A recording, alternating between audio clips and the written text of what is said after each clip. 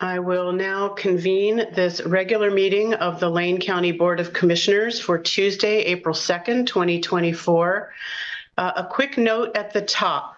We are in an all virtual format this week, and I wanted to just take a moment to talk to my colleagues about managing this meeting in this format, and also a little bit for the public about the reason for the switch to a virtual format for the week. First, just a reminder, all of our same protocols apply. So as we get into our agenda and we're discussing business and there are questions for staff, or staff wants to offer some more information to commissioners, I'll ask that folks please use the hand raise function. I am carefully tracking that in order to keep a queue, and would appreciate your help with using that function as a way to manage who is speaking when. I will also note that Commissioner Pat Farr is traveling today, so his attendance will be intermittent and maybe just by phone without camera at times.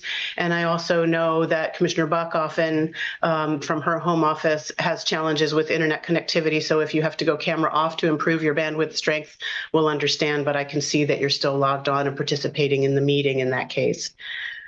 So again, I want to just acknowledge we're in an all virtual format. This is unusual for us now, although it's certainly something we became adept at during the height of the pandemic. So it's not a format we're unfamiliar with. However, a last minute scramble to be in a virtual format is unusual.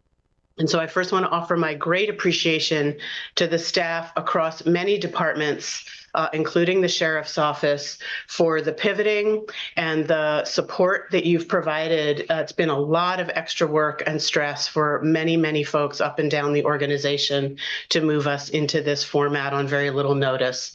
This was a precautionary measure that we are taking due to there being a person with a long history of making threats of violence against elected officials, not only at our organization, but other municipalities, as well as members of our staff. And because that person was recently encouraged by a sitting commissioner to attend our meeting in person, and because we have a responsibility and an obligation to ensure that our policies around a workplace free of violence and harassment and intimidation are upheld, I opted as chair to move us to an all virtual format in order to ensure the safety of everyone in our building, as well as us as commissioners and any staff who maybe will be presenting to us today. We will still be allowing for public comment, as we always do. And just a reminder that it is optional for public bodies to offer a public comment session. That is only a requirement when there is an item that has a public hearing attached to it, ordinances and so on. But it is really a courtesy that we provide the community. And I think I speak for all of my colleagues when I say we benefit greatly from hearing from the public, hearing what's on their mind, hearing their perspective. It's enlightening and helps us do our jobs better. But that said, before we do begin public comment, I will be adding an extra note to ensure folks understand the protocols around public comment always, but even in this virtual format. So again, thank you everyone for your patience and your support in working with us in this format. And with that, I will move us into our agenda and ask if there are any adjustments to the agenda. Greg Rickoff is our acting county administrator today. Any adjustments to the agenda from county administration? Chair Trieger, no, there are not. Thank you. Any from the board? Seeing none. Is there any emergency business needed to be addressed today? No. Thank you. Seeing none, we will move into our first item. Before public comment, we have a quick item from county administration, which is a public hearing and order and resolution 24-04-02-01 in the matter of adopting the fiscal year 23-24 supplemental budget number 3. Making, reducing, and transferring appropriations. And I will welcome our budget and financial planning manager, Christine Moody, and also Kevin Mahoney, our senior management analyst from the budget office. Welcome and good morning. Thank you, Chair Trieger, commissioners. So I'll just make a couple of quick comments, and then I'm going to turn it over to Kevin Mahoney as he prepared this item for you. So as mentioned, this is the third supplemental budget. We timed this with the proposed budget. And I do want to note that you'll notice the size of this supplemental is larger because we are appropriating spending all of the ARPA funds for this fiscal year. So we also have Alex Dreer in attendance in the event you have any questions on that specifically. So with that, I'll turn it over to Kevin. All right. Good morning, Chair Traeger and Commissioners. This is the third supplemental budget for FY 24-25. The FY 24-25 budget was originally approved by the board in June of 2023, with the first supplemental budget approved in September of 23 and the second in December of 23. So this is the third. Most significant changes include, along with what Christine was just mentioning, the budgeting for full expenditure of funds in the American Rescue Plan Fund. That's for provision of government services, those which would otherwise use general fund. And along with that, you'll see resources increase in the general fund across multiple departments. You'll see a lot of adjustments in the supplemental budget that are budgeting for the associated revenue and expenses related to items already approved by the board, including grant contracts and FTE changes. Specifically for FTE is the addition of expenses related to a limited duration human resources technician that was approved by the board in February of this year. Other FTE changes include the addition of 12.5 FTE in Health and Human Services for provider staff at the South Lane Clinic, which also is adjusted for the associated increase in expense and revenue. Also in FTE changes, one FTE was reduced from Criminal Justice Rehabilitation Services in the general fund and added also in the general fund to the district attorney's office for a victim advocate position. And also in the special revenue fund, parole and probation also added one FTE victim advocate that is grant funded. So last to note for this supplemental, you'll see some adjustments in the capital fund and solid waste disposal fund that are related to the timing of when those projects are occurring. Great, thank you. Does that complete the summary from staff? Yes.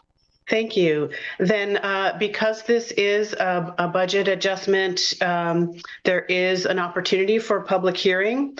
So this is a public hearing on the supplemental budget for the current fiscal year budget as allowed under ORS 294.471 and ORS 294.473. This public hearing is required under ORS 294.473 due to one or more funds amending expenditures by more than 10% from current budgeted amounts. Notice of this hearing and summary of the changes was published as detailed in the supplemental budget order and resolution included with this agenda item. And I will note for folks watching, you can go to our agendas online and view all the materials commissioners have available to them for these items, this item and all the others on our agenda today. Participants may testify for or against any item contained in the supplemental budget. So I will now open the public hearing. And again, this is only for people wishing to speak to this supplemental budget item. Tanya, do we have anyone online wishing to provide public testimony on the supplemental? Thanks, Chair. If you are attending online and would like to give public comment on the supplemental 3, please raise your virtual hand. And I do not see any virtual hands raised. And Brittany down in the law library, can you confirm if there's anyone in person that would like to give public comment on the supplemental 3 budget? No, there's no one signed up to give comment. Thank you. So I'll return it to you, Chair. Thank you. And again, just for folks watching online, we did set up a station for folks who maybe didn't have access to participate virtually from the public, and that's our law library. So thank you, Brittany, for supporting us in that way today. With no public testimony being offered, I will close the public hearing on the supplemental budget 3 and provide for any additional comments from staff. I have no additional comments. Thank you. Thank you. Then I will open it up to commissioners for any discussion and or a motion. Chair, I'm ready for a motion if there's no discussion. Thank you, Vice Chair. I move approval of adopting the fiscal year 23-24 supplemental budget number 3, making, reducing, and transferring appropriations as per order resolution 24-04-02-01. Is there a second?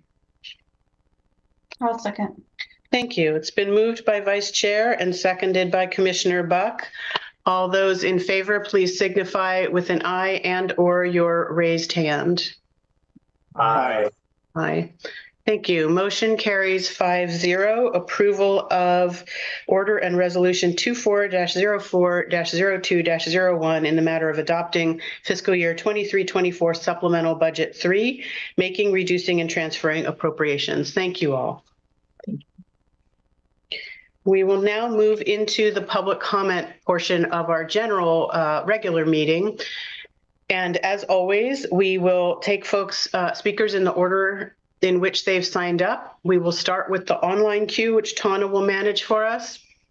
We will have a 3-minute clock on the screen, which we ask speakers to attend to, because your microphone will be silenced when the 3 minutes are reached, but you do not have to fill the time.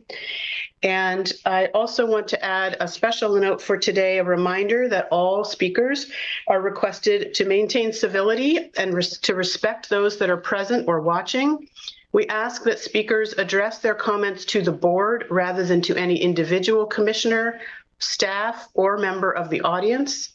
Obscene speech, comments threatening bodily harm, or other unprotected speech will not be tolerated. Tanya, I'll turn it over to you to manage the online queue if there's anyone signed up wishing to speak. Thank you. If you're wanting to give public comment at the Board of County Commissioners meeting for April 2nd, please raise your virtual hand. When I call your name, I'll unmute you and give you a 3-minute timer for your public comment. Our first speaker is going to be Karen Gaffney. Karen, would you like to be on camera? Sure. Okay, I'm going to change you to panelist and you'll get an invite, and go ahead and accept that. All right. Are you ready for me to begin? You can begin. Your camera is muted though, so if you want to show your camera. There you go. And you can begin. All right. Good morning, Chair Trigger and Commissioners. My name is Karen Gaffney, and while I live in South Eugene, I'm here today representing the Emerald Valley Pickleball Foundation.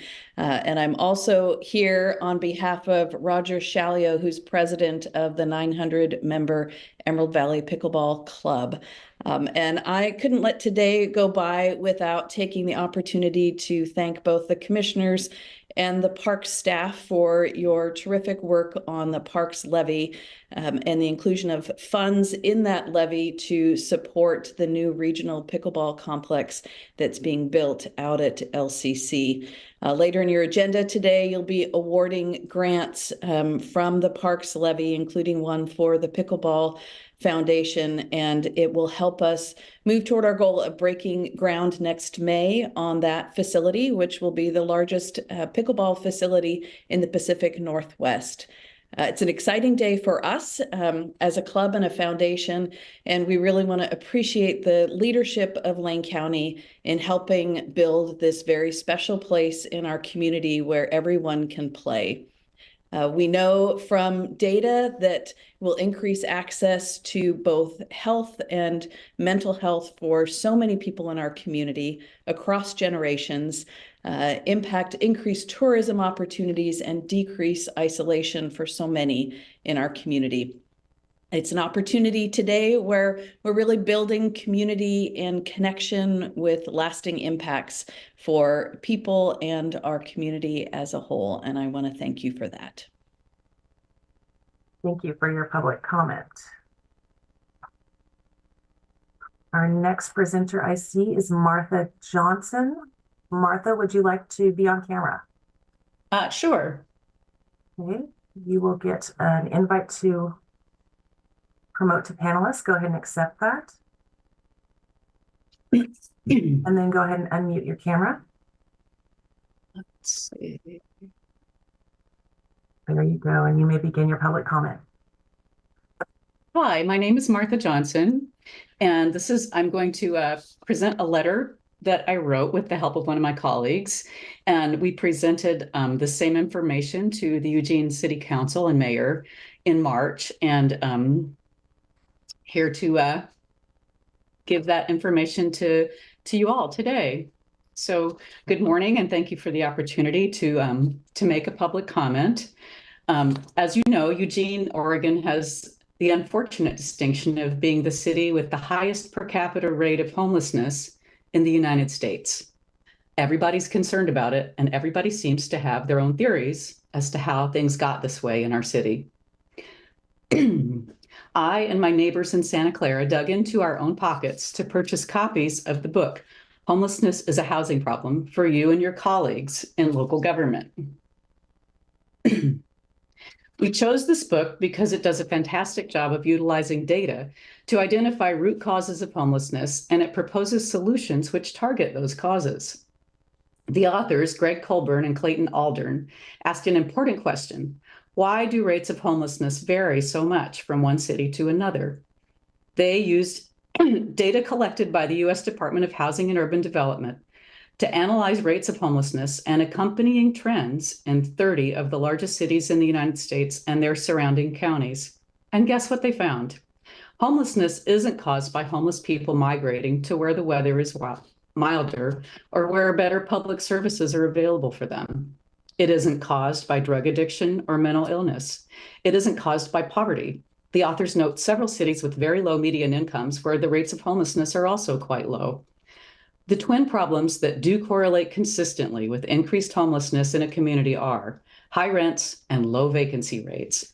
In short, when housing is scarce and expensive, more people end up on the streets. How do we solve this problem?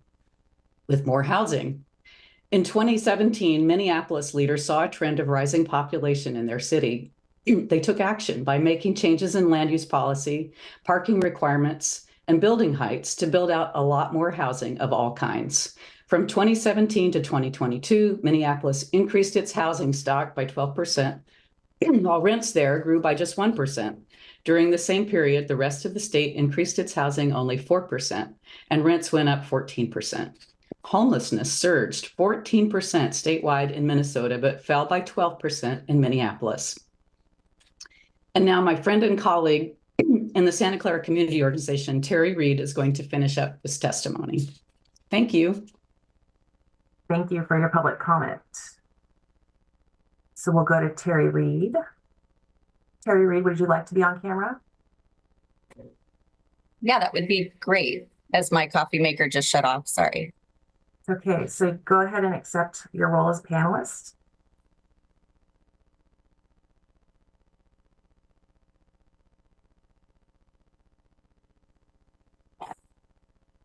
Hi, everyone. Can you see me and hear me? Not Go yet? ahead and unmute your camera.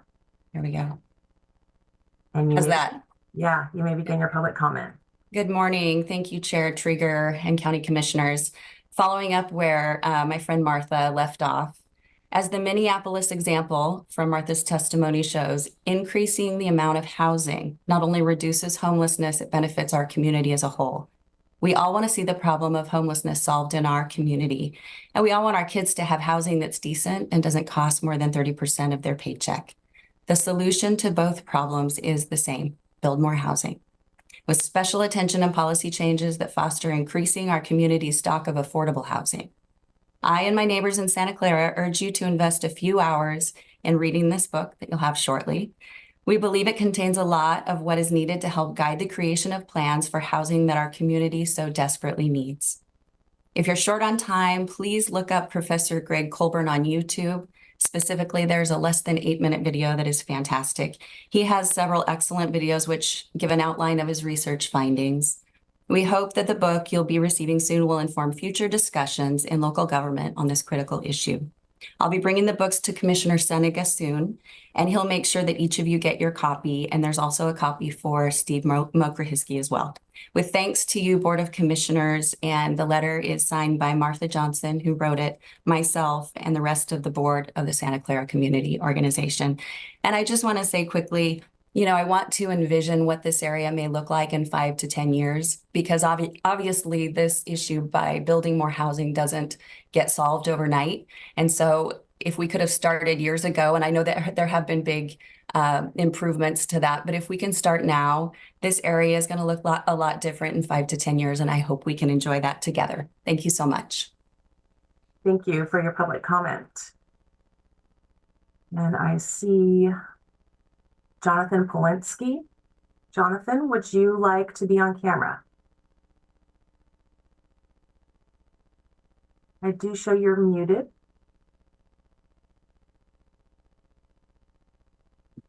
How's that? Yes. Would you like to be on camera? I'll stay off camera. Thank you. Okay, let me reset your time. And you may begin your public comment. Thank you. Good morning, Chair Traeger, commissioners. My name is Jonathan Polonsky. I'm the chair of the Oregon Neighborhood Stores Association, which represents over 200 small format gas and convenience stores in Oregon. ONSA opposes a flavored tobacco ban because it will unfairly punish law-abiding businesses in Lane County. And it is not focused on the true issue, which is illegal possession and use of electronic vape products by those under 21. If a ban on flavored products is passed, it would mean adults in the county could no longer buy items like menthol cigarettes or wintergreen chewing tobacco at their local convenience store. Instead, folks would be forced to go online or travel to adjacent counties to make these purchases.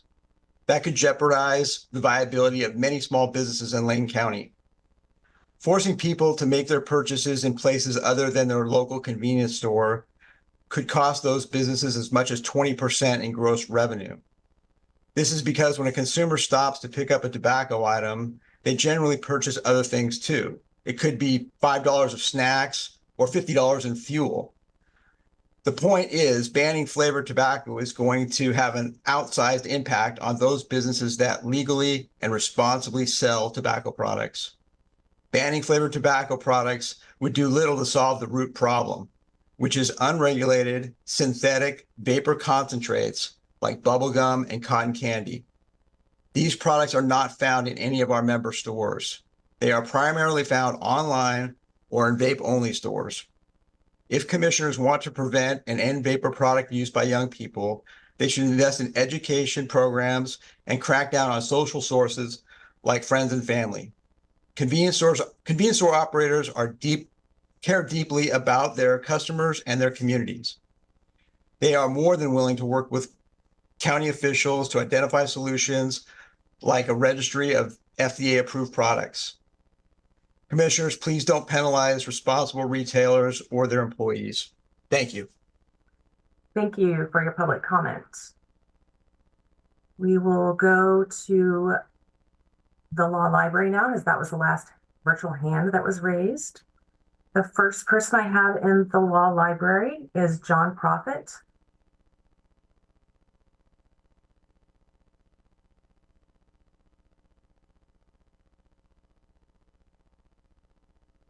I'm sure it'll take just a little bit to transition.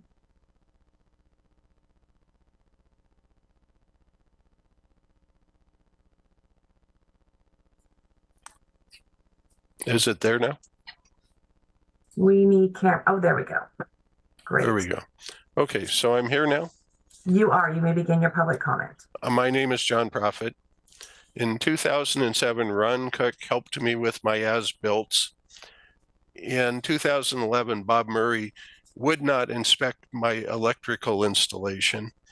In 2013, I complied with the fire engineering and fire marshals. In 2016 and 17, I re-engineered and submitted and had as-built in 2022, the CA 2216, in 2023, CA 23, 291 and 292, in CA in 2024, a CA 24058. My house has been 4 stories since 2009. Jane Burgess misled the hearings officers by trying to convince them that because I'd gotten 4 extensions on my electrical permit, somehow that was wrong over a 5-year period. The building department has set unobtainable requirements, and when I succeed, they change what the requirements are, time and time again. That is why in January 2023, John Webster signed the extension to my original permit because he knew I wasn't going to be able to get anyone to install a sprinkler system But when I got Jet Industries from out of state, when they applied for their permit for the rough-in under my permit, they had to find another way to stop me from complying. So they decide I must have a commercial permit to stop me. In 2007, Bobby Green helped me as a county commissioner. In 2011, Jay Vosevich helped me as a county commissioner. In 2022, Jay Vosevich helped me as a county commissioner. Between 2007 and 2022, the county commissioners helped. Since then, silence. Have John Webster reinstate my permit and approve the Jet Industries permit and stop the insanity. Now, a hearings official who knows nothing about building, or who has asked John Webster during it to explain what I'm telling them, there's no way it's neutral. We need a building inspector. I mean, we need a hearings officer for this next hearing in the afternoon on the 16th that actually knows something and isn't biased towards the county. Thank you. Thank you for your public comments. The next person we have in person is Heidi Ringus. While that transition is happening, Joe, I just want you to know that I see your virtual hand and we will call on you after the in-person public comment finishes.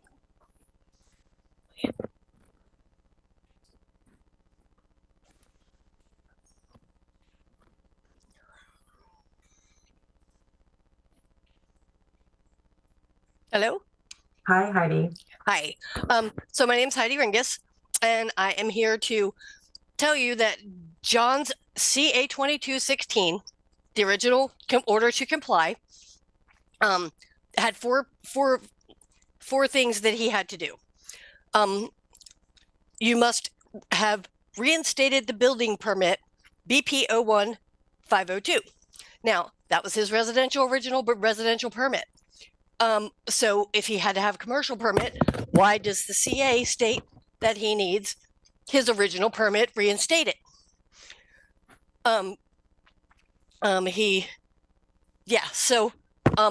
We have another hearing because they're saying that he failed to comply, but what actually happened is he was in the middle of complying when they just all of a sudden changed the game and said he had to have a commercial permit, which is ridiculous in a rural residential area. If you don't believe he was complying, there is their own evidence from Exhibit 13 that says you have been looking for a sprinkler system engineer and since you have been working on the conditions outlined in the letter regarding code compliance, another thing, here's their own record stating John is in to clear up the CA22. So, I have handed you tons and tons, an entire ream of evidence. And we elect you to help us. You need to get land management under control. They're using CAs to generate income. And they're stealing people's properties. They're devaluing them. You could eminent domain them and just blue book value out them. But no, you don't want to do that. You just want to devalue the property and run the person out of money until they're absolutely broke and their entire biggest life's investment is just shot. So that's fraud. And John's property is worth over $1 million. So you need to get land management under control. Thank you. Thank you for your public comment. Our next in-person speaker is Jeffrey Wall Smith.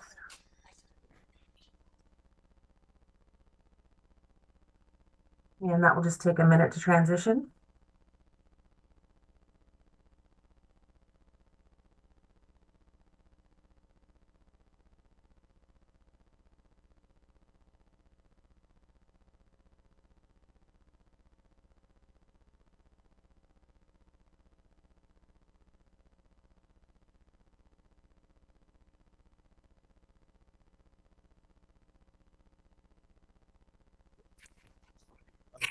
I don't know if I can hear them. Hi, Jeffrey. Are you Hi, ready? everyone. You may begin your public comments. Thank you. Thank you, Board and Commissioners, for having me this opportunity.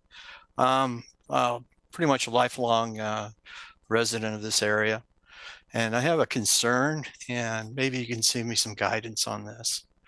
So I noticed there's some building going on just north of Hayden Bridge off of 34th Street. My concern is for the McKenzie River, which to me is a sacred river. It supplies fresh water for us. And I can understand if for them want to build housing on the other side over on McKenzie View Drive or any of that general area up and down the McKenzie. My concern is the overproducing of those houses that are affecting our water quality. And I see houses that are being built in farmland, which has been farmland in Springfield for at least 80 years. I go back to picking beans and everything with my grandma and my uncles and my aunts up there. And I really have great concern for this situation, for the water quality for the houses that are being built down there, and for the runoff that's going to be there. Again, I'm very dear to the McKenzie River. As a kid, we grew up, we used to float down the river in inner tubes and so forth, and how vital that is. I'm all for growth, but my concern is when we overextend our natural resources to the point where we're not only affecting our quality of life, but the quality of life people downriver from us that rely on that water too. Be it the farmers or be it for the citizens further on down. And I'm new at this, and this is my first time, but I'm grateful having this opportunity to discuss the situation with you. And I was just concerned that once the housing, one house is already being built down there in a floodplain, again, that's a natural ecosystem. And I think we need to have a boundary, particularly with farmland, a buffer zone between the McKenzie River and the rest of the housing and us people that are building down there. I don't know if there's a situation where you can purchase 20 acres and then by 4 years later, you could go ahead and sell it off. And next thing you know, you've got a little more runoff pollution coming off the house. Like I said, as a kid, I picked strawberries down off Cups Farms off Thurston Road. Kind of wish we were all back doing that, getting our kids out there working out the farms. That would be very helpful. But anyways, again, this is just my overly concern. Once you start building one, you can't stop it and letting them build. Thank you. Thank you for your public comments. That is the last person that we have signed up in person. We will go back to online testimony. And I do see Joe Gibson, who has his virtual hand raised. Joe, would you like to be on camera? No, thank you. All right, then you may begin your public comment. Commissioners, thanks for allowing me to speak today. I'm Joe Gibson. I'm one of the owner-operators at Dairy Mart convenience stores. I just wanted to give you a brief overview of what a nicotine flavor ban would do for our business. Flavored products make up about 10% of our overall sales, and a loss of these sales with the addition of other products that people buy during these purchases would require us to eliminate the equivalent of 45 to 50 full-time jobs. Our stores see, excuse me, on average, roughly 40,000 people per day is what we serve. And many of these adult consumers purchase flavored nicotine products. And I think with a ban that is being proposed would have a detrimental impact on our business and upset a lot of our consumers. So I hope that you take that into consideration if this comes to a vote. Thank you. Thank you for your public comments. Is there anyone else online that would like to give public comment today? Please raise your virtual hand. I do not see any other hands raised. So Chair, I will return the meeting back to you. Thank you, Tanya. With that, we are on to item 5, which is Commissioners' response to public comment and or other issues and remonstrance. And before I ask for hands raised to form a queue, I will just ask Commissioner Farr, are you still connected with us? Affirmative, Chair. I'm still with. Thank you. Just keeping track for attendance for the public record. And so are there any commissioners wishing to give response to public comment or other remonstrance this morning? Commissioner Buck. Thank you, Chair. I appreciate everybody being able to give public comment, especially in this virtual environment, and in a completely preventable virtual environment at that. I wanted to first address the issue of why we're virtual. As the chair mentioned, unfortunately, it's a public safety concern. And I've received correspondence that indicates that a sitting commissioner has encouraged an individual with a public safety threat background to come in and target some of our staff and put others in danger. And for me, this is absolutely unbecoming of a commissioner. It deserves an additional conversation with us as a whole. Today is already pretty full, but I would encourage us as a board to have an additional conversation about what that means and the repercussions and what we are actually having to deal with since that occurred. Protecting our staff is one of our most important duties, if not one of the most important duties that we have as a board. And this situation is untenable for me as a commissioner. We have to have some boundaries and some decorum amongst our board members in and out of session. And I would encourage us later in the afternoon to put together some kind of work session or meeting in order to thoroughly discuss the issue before us. Thank you, Chair. Thank you, Commissioner. Vice Chair. Thank you, Chair. Thank you for all of you people that came out in this inconvenient time to testify. I appreciate your diligence and perseverance. It's great to see that people can address their government in a way that they are obligated and given that constitutional right to do. Karen, I wanted to say that you were a breath of fresh air today. Your warm smile and your excitement about the Pickleball Foundation was infectious and exciting. You said that, I remember you saying, where everyone can play, access to health and mental health across generations. This is a really broad encouragement to me because, I played pickleball a couple of times, but I'm no profess any skill level whatsoever, but it's a great game, and I'm really happy to see that we're investing in that for your future, and especially at the LCC campus. I think that's just a great thing. So thanks for sharing that.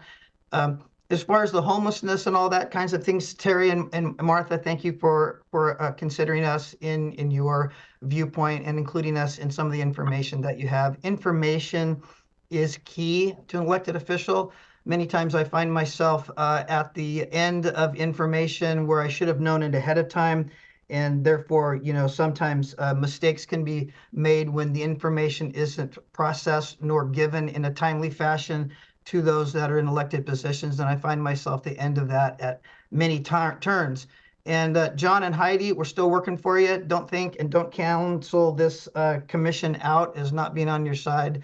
There's people working for you and behind you in the staff. But also, Jeffrey Wall-Smith, I want to reach out if you're still listening to. I'm the county commissioner that represents that area. I would welcome a conversation and some touring to see what your concerns are. I want to know more about what you think. And for those people like Joe and those Dairy Mart store owners, we are invested in finding and getting to the bottom of what would be the appropriate way of handling this particular issue. The thing to me is I do not want to strip any more of small business away from our community that lies in my district alone, 80% on small business. And I want to just say for the record, as a county commissioner and a public servant, that any citizen has the right to address their government in a way that they see fit and a way that they can. That is a constitutional right. It is an oath that I swore to and an oath that I'll defend at all costs. Thank you. Commissioner Seneca. Thank you, Chair. I'll keep it short, just to reiterate a little bit, Karen. That was great to hear about, and I can't wait to get up there and challenge Commissioner Farr to a game sometime. He thinks he thinks he's got me. We'll see. Martha, Terry, thanks for the hard work and all the conversations we've had.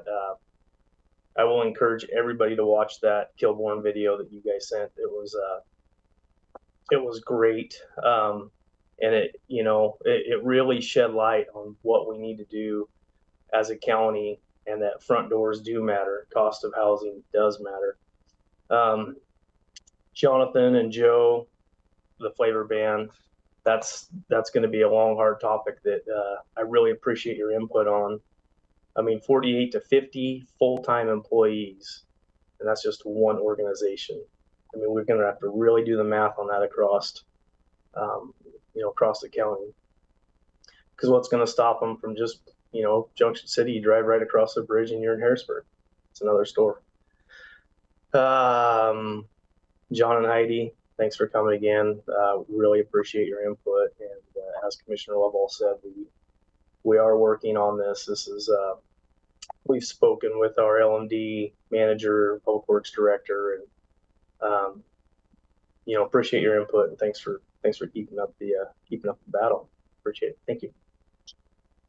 Commissioner Farr.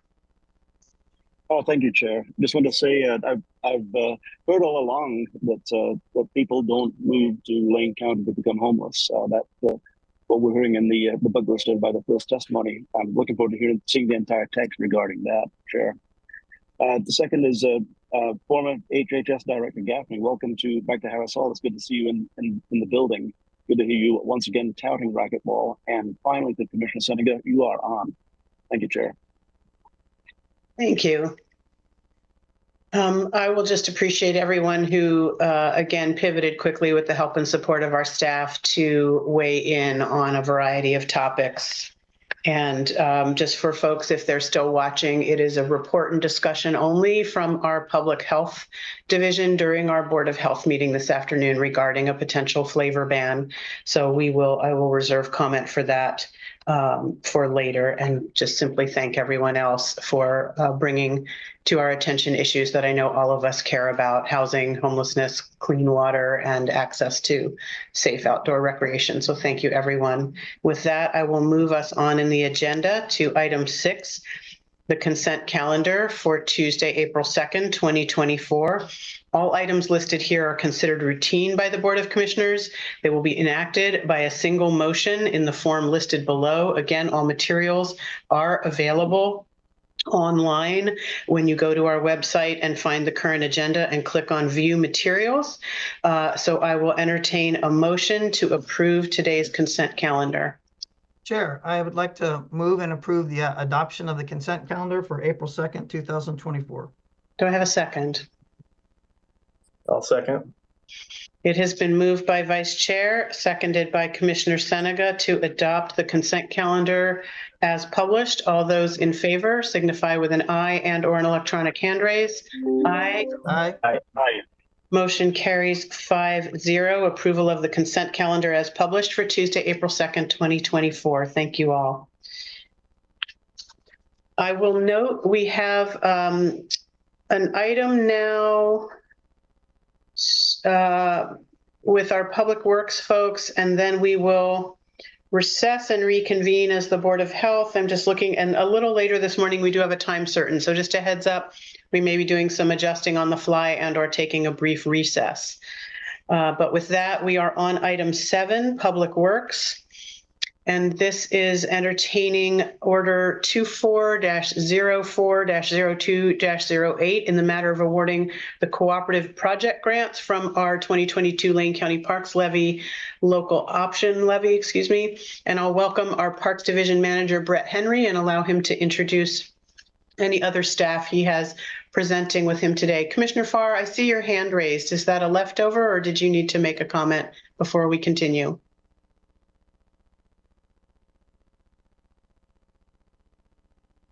I think Commissioner Farr is maybe in the air now and unable to communicate. So, sorry, Chair, I just couldn't find my mic button. Sorry, I thought my hand was raised, lowered automatically. That was a ghost. I apologize. All right. So you are still with us. This item is scheduled for approximately 30 minutes. So I'm guessing you will not be with us at the end of it, but I will double check before we move on to the next item.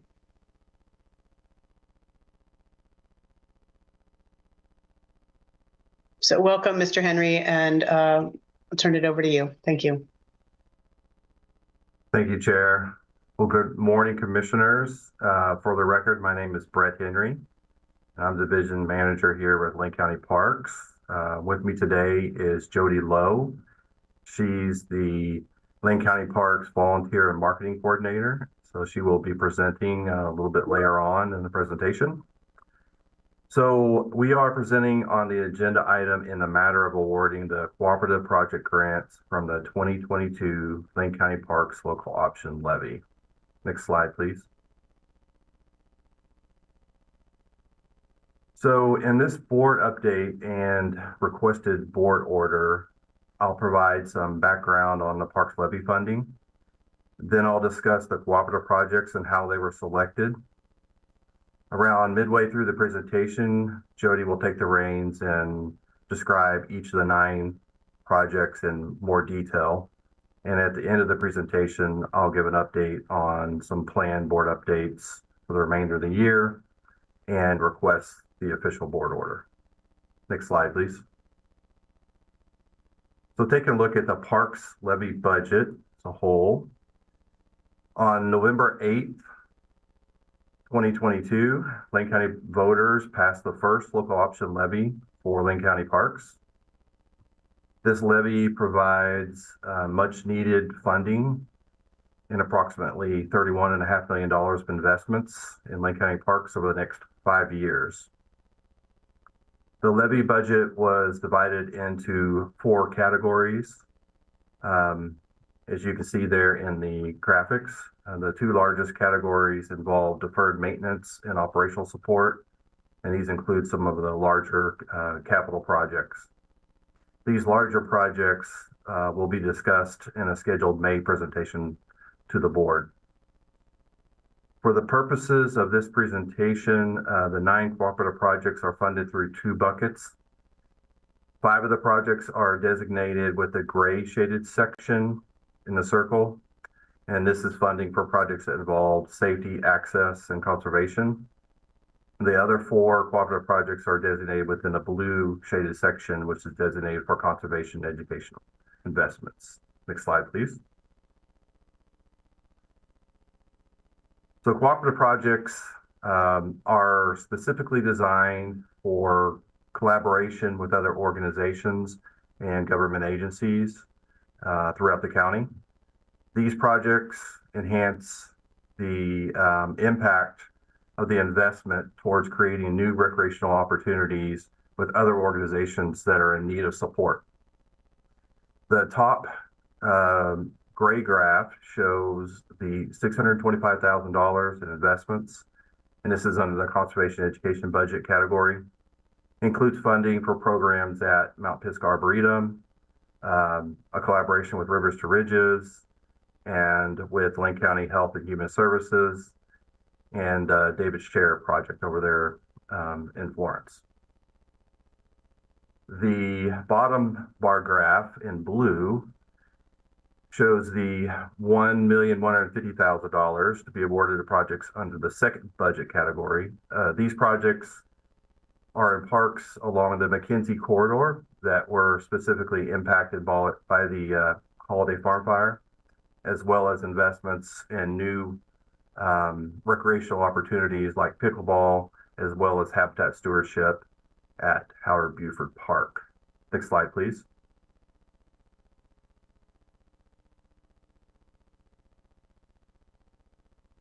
So I think this is a little bit backwards, but that's okay. I can handle it. So how do we select the projects?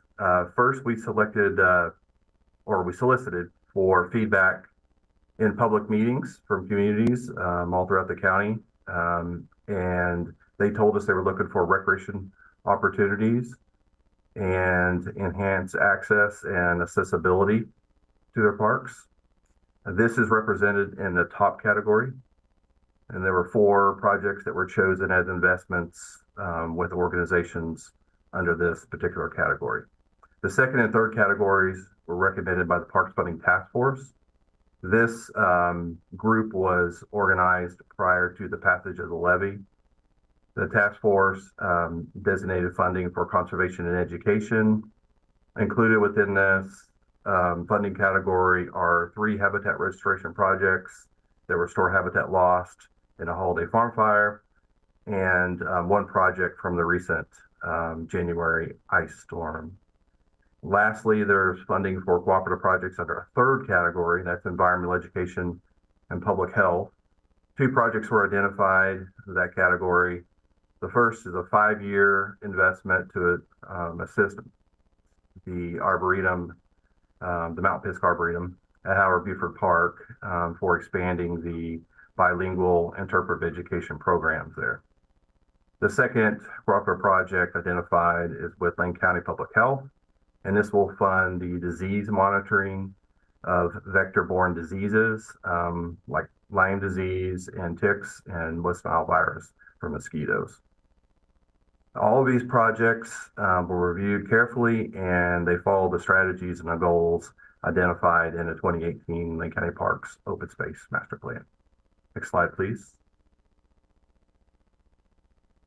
So this spreadsheet, just in general, summarizes the levy cooperative grants.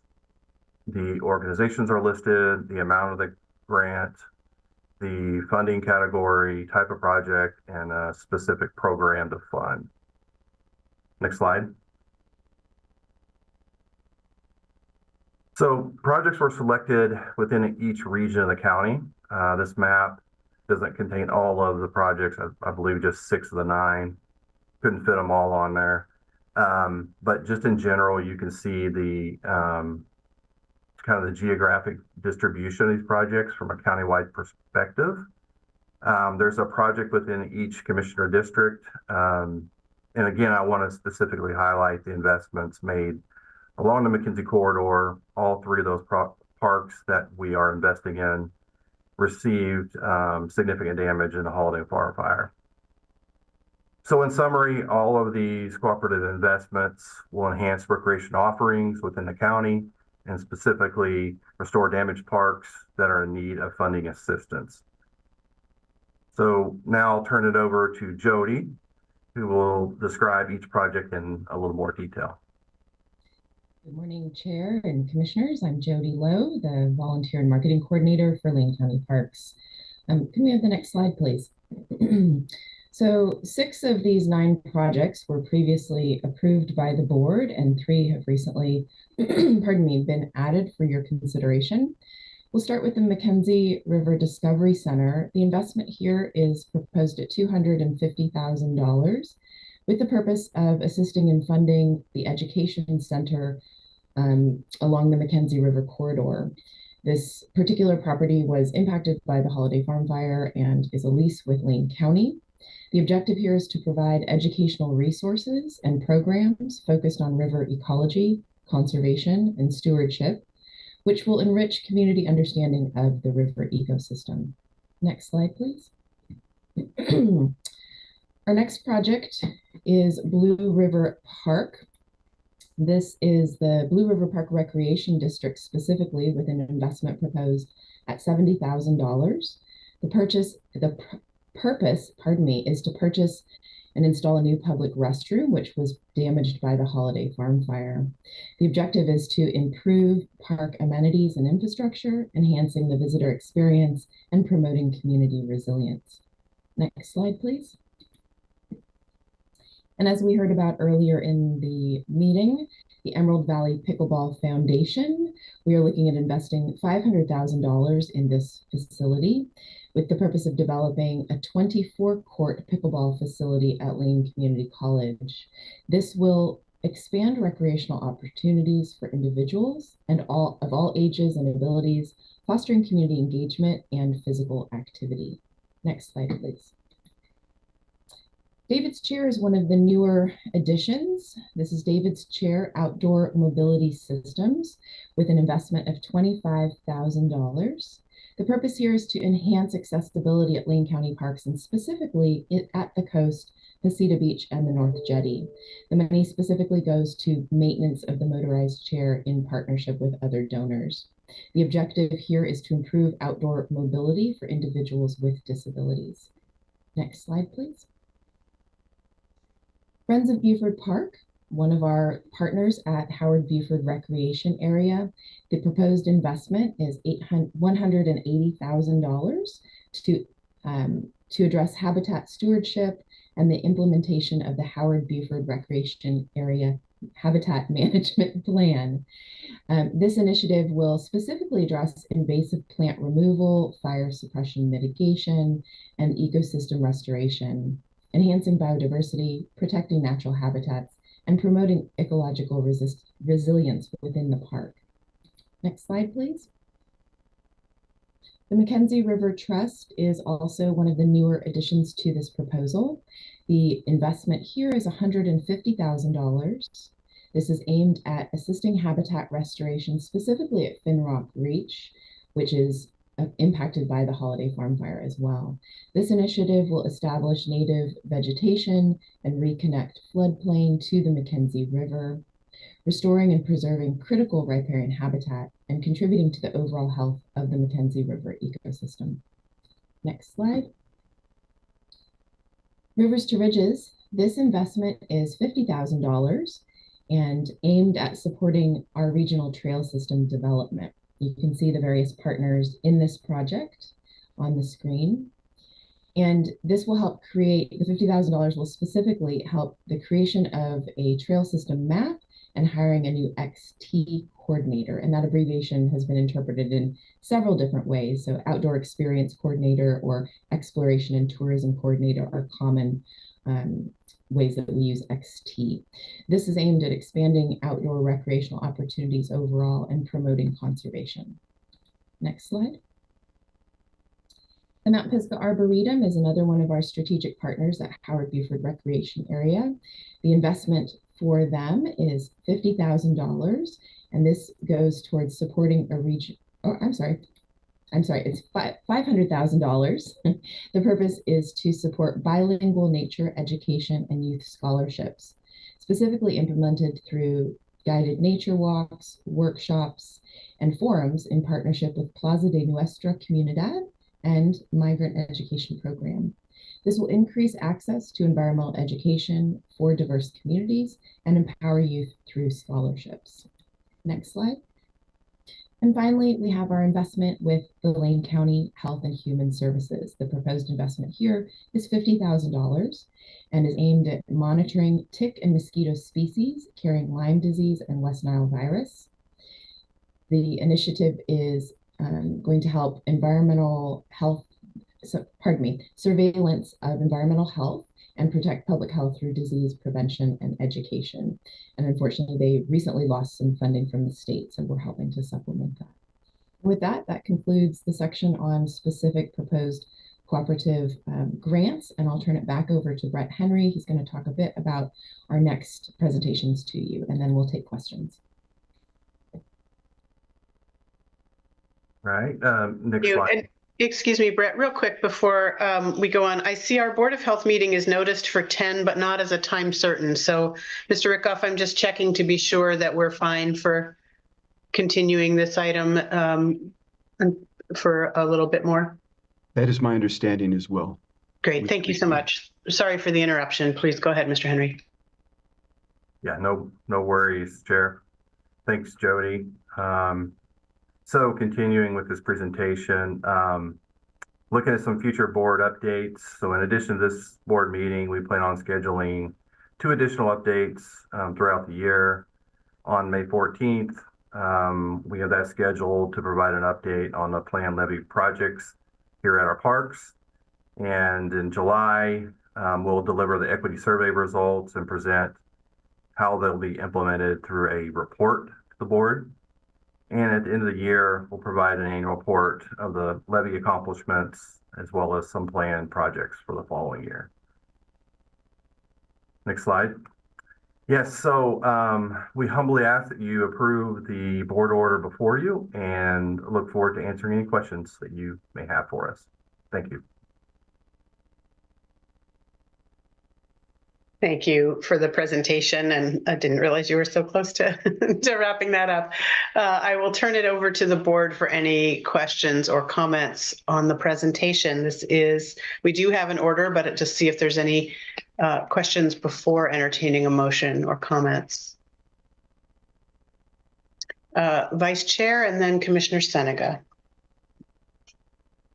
Thank you, Chair. Hey, Brett, once again, you guys do a great job out there. Thank you for heading that up. You got a lot of irons in the fire, and it just amazes me that you keep track of them so well. I had a question about the $250,000 that's going to the McKenzie Discovery Center. I know that's a really huge project going forward, and I'm wondering if that's just for design work, or is there some degree of some expectation of when our people can see that Discovery Center really go to fruition and really do the great work that's planned ahead. So I'm just kind of wondering if that gets us further down the road or if that's something that's going to change significantly. Thanks. Sure. Yeah. So Commissioner, I understand it's a larger capital campaign, and so they're looking to raise about $10 million.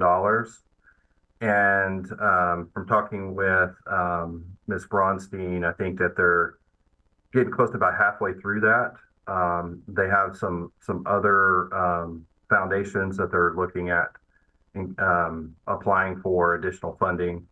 And so I think that they're getting closer to their goal. And, you know, obviously it's a larger campaign, but I think we'll see something here pretty soon. Great. That's super encouraging. Thank you. Sure. Commissioner Senega. Yes, thank you, Chair. Brett, I always love your presentations. It's uplifting to see our parks being worked on and all the improvements. I'm gonna have some questions for the May meeting for sure. We'll hold off on those. I do have a quick question about the Jetty Road repairs. If you know, when you and I did our tour down there, we kind of talked about. Where are we at on those? You're referring to the North Jetty, correct? Correct. Yeah. In the parking lot. In the parking lot. Yeah. So it's part of the levy package. The parking lot is the levy road. We need to understand what is part of county road and then what is owned by other agencies. But we'll work that out, and we certainly want to improve the road as well. We know there's potholes in the road, and it needs some improvements. So those things will happen about at the same time. Oh, excellent.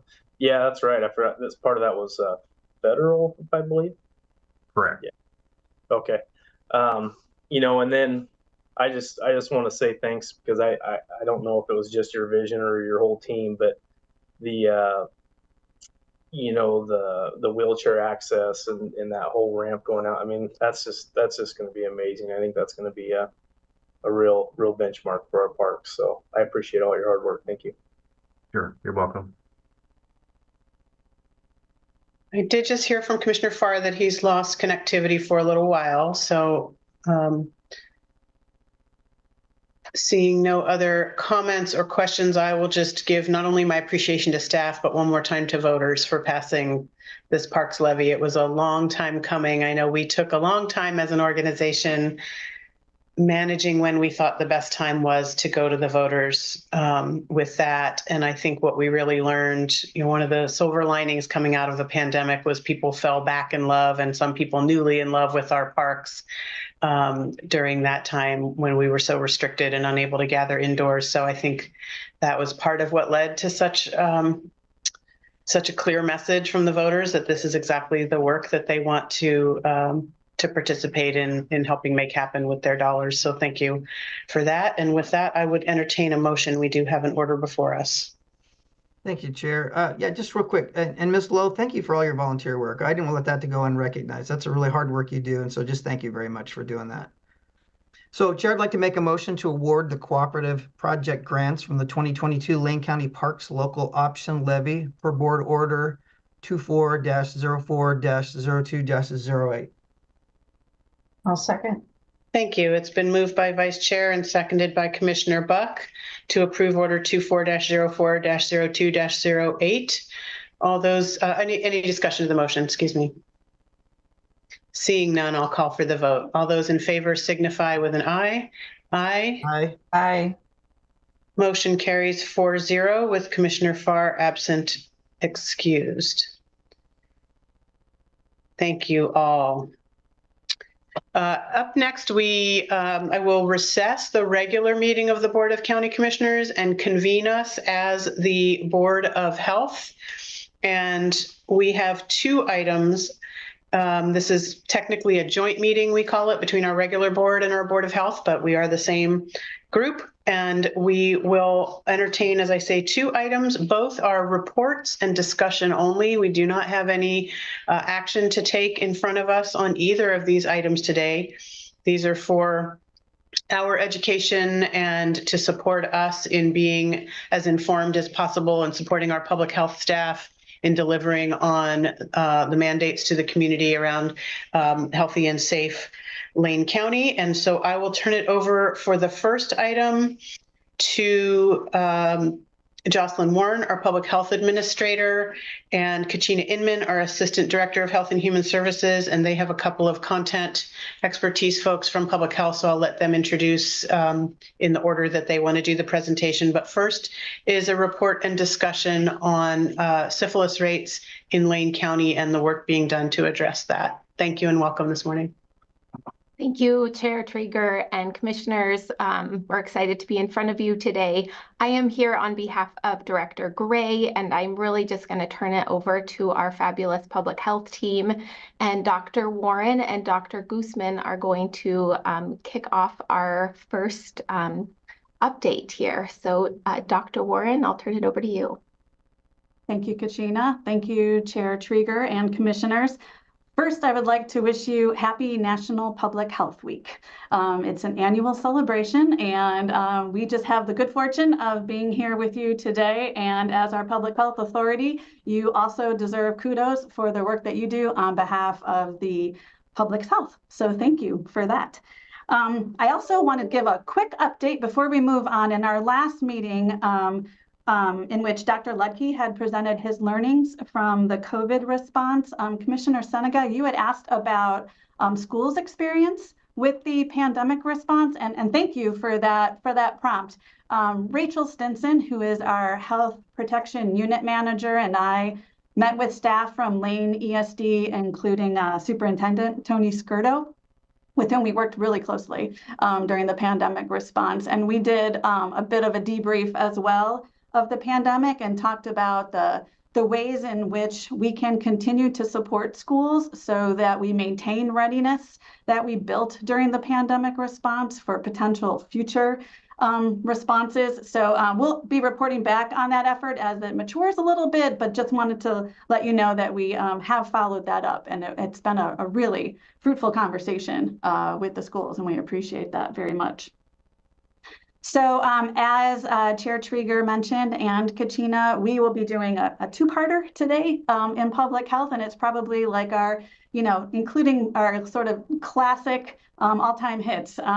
Sexually transmitted infections are certainly one of the things that we track very closely in public health. And we are going to begin with Dr. Guzman, who is our Associate Public Health Officer in Public Health. And she will be presenting on an update on syphilis in Lane County. So I will turn it over to you now, Dr. Guzman. Thank you. Good morning, everyone.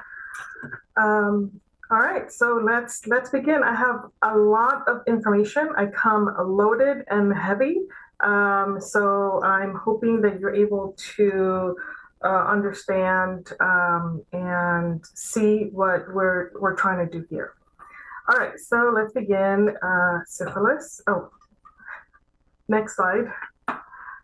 I just realized I don't have the power. So I come to you with good news and hopeful news, and to discuss the key to reducing transmission and a little bit of information on partner services and the DIS work that we do here. And I will explain what DIS means in a bit. Next slide. All right, let's talk about the numbers. Next slide. That's actually an electronic picture of syphilis. It's absolutely beautiful in my heart.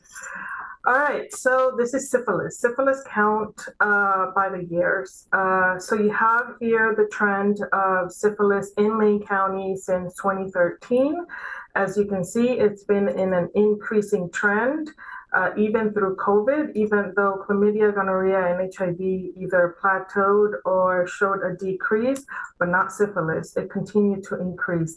However, in 2023, last year, we did experience a 24.6% reduction in syphilis, which is amazing. It is, we're really excited about this. We're hoping that the trend does continue downward, but only time will tell. So fingers crossed, and lots of work. Next slide. Syphilis count by age.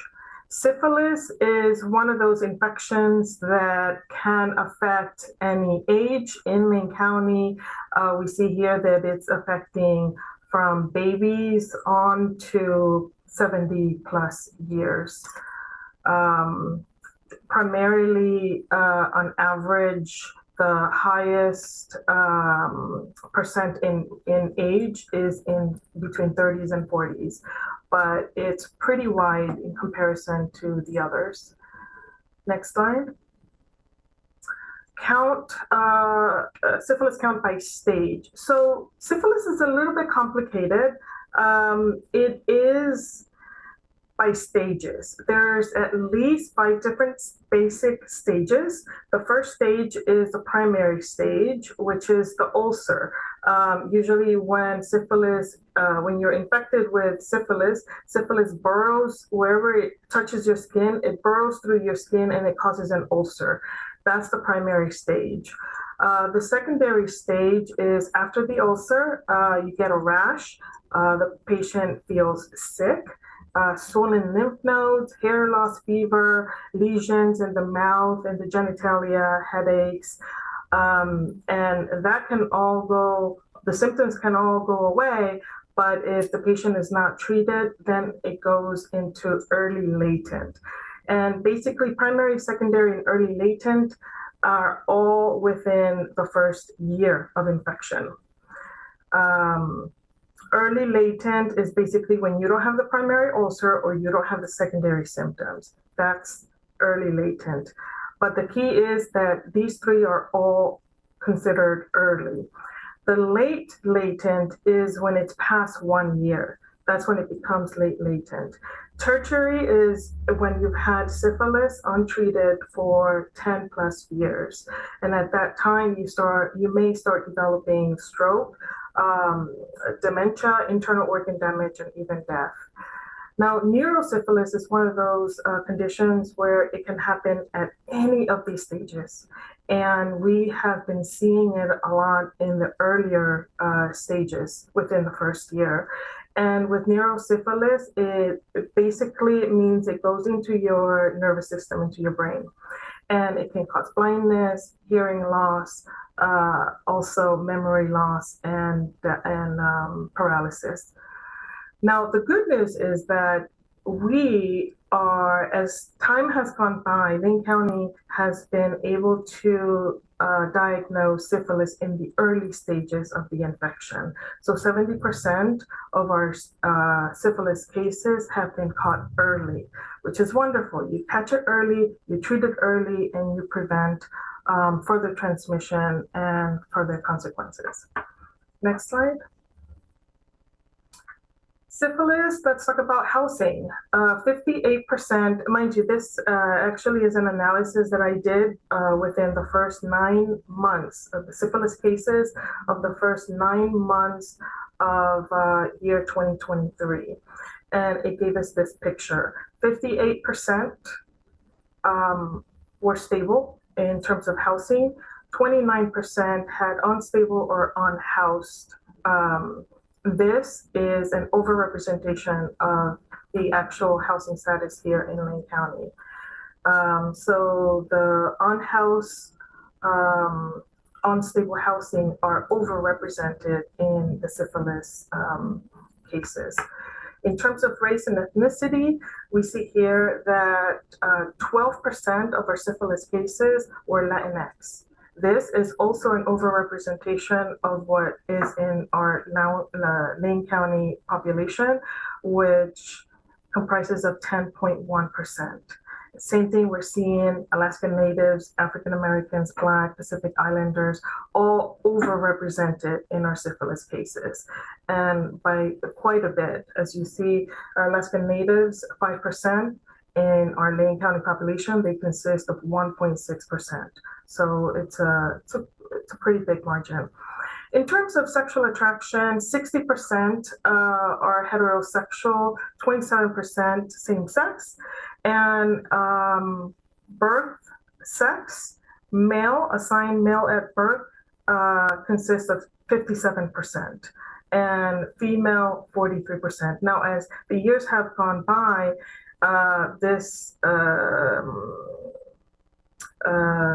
as years have gone by, there's been less male and more female diagnosed with syphilis.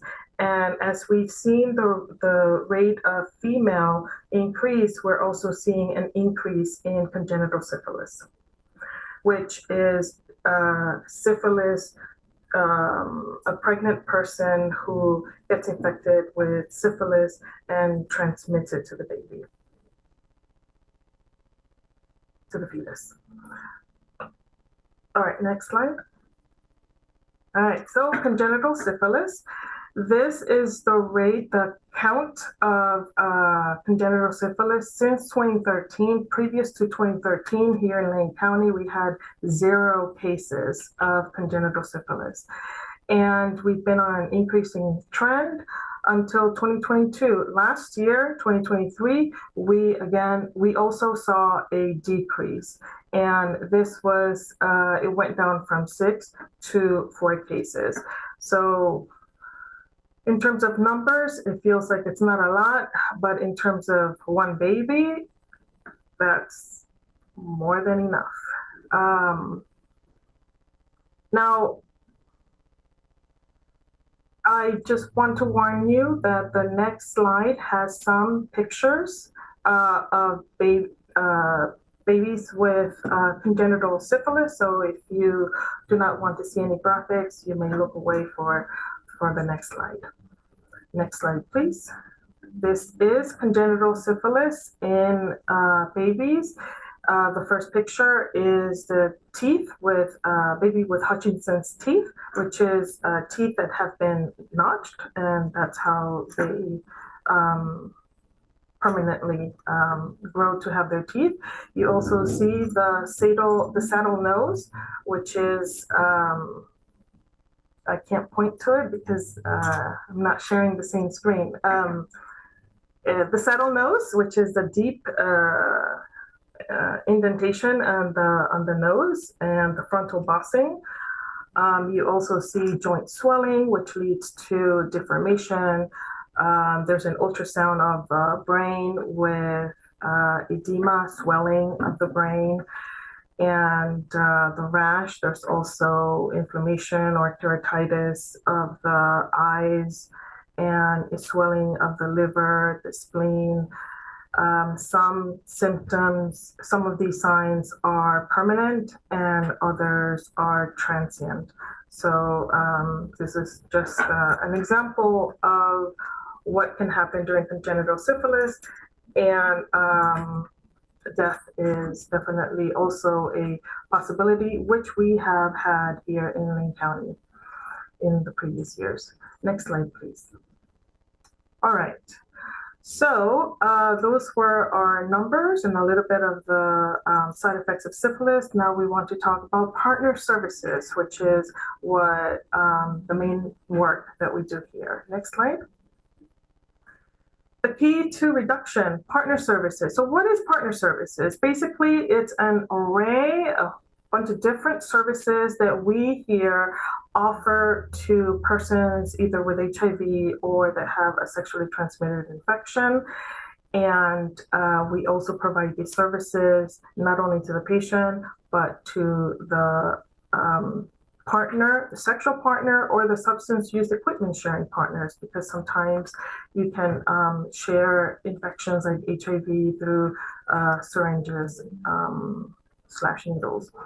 Now, some of these services are partner notification. So we notify the partner that they've been in contact with someone that has an infection and they need to be tested and or treated.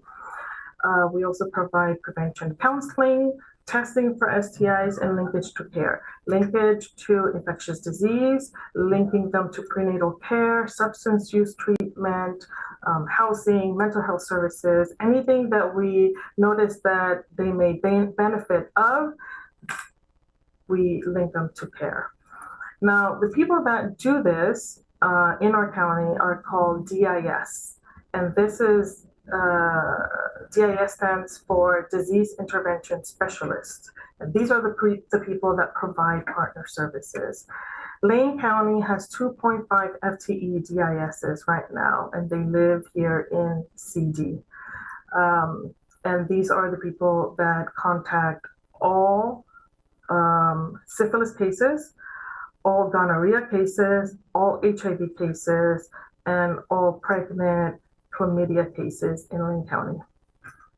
Next slide. So this is the partner services cycle.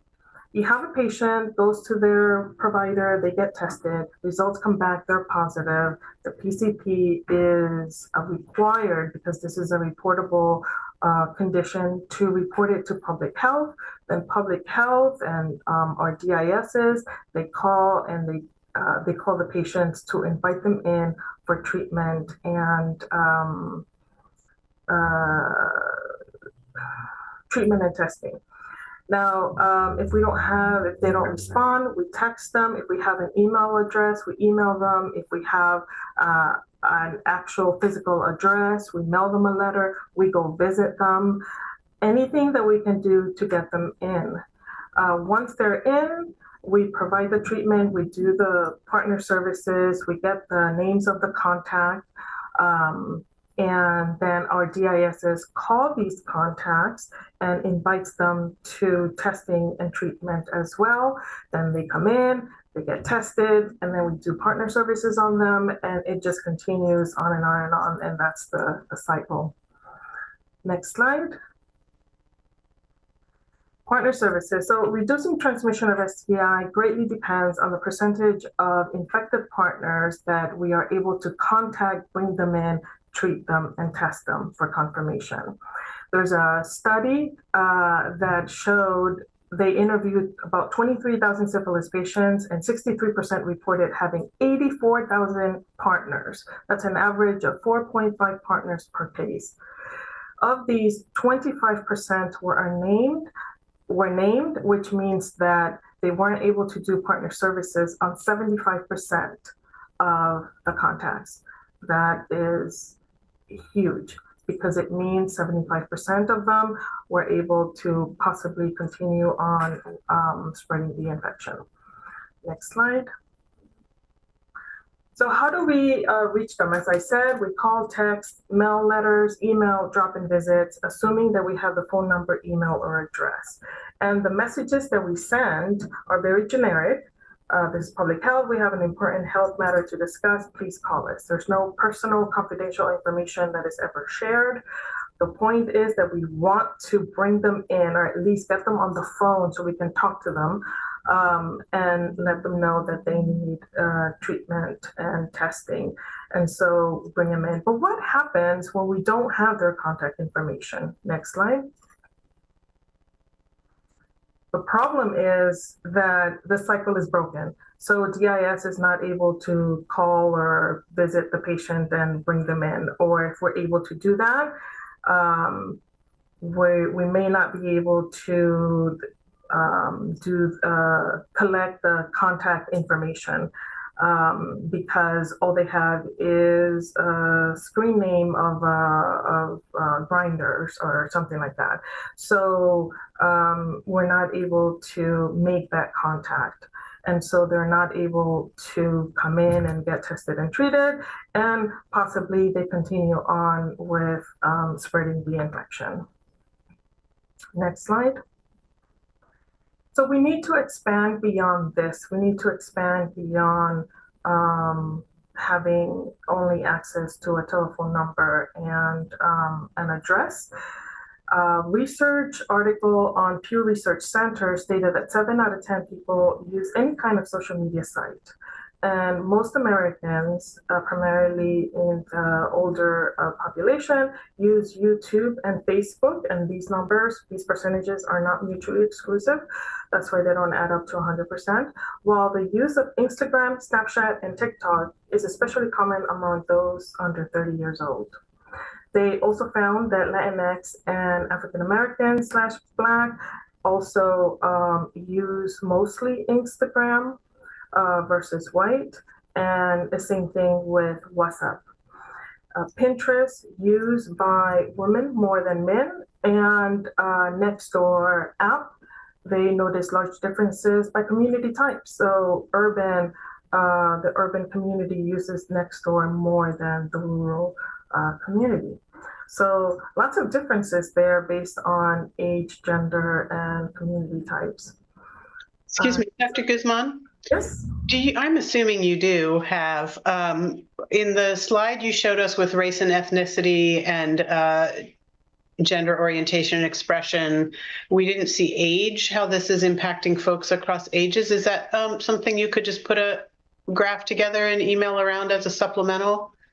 Yes, age on all syphilis cases, or age on, okay.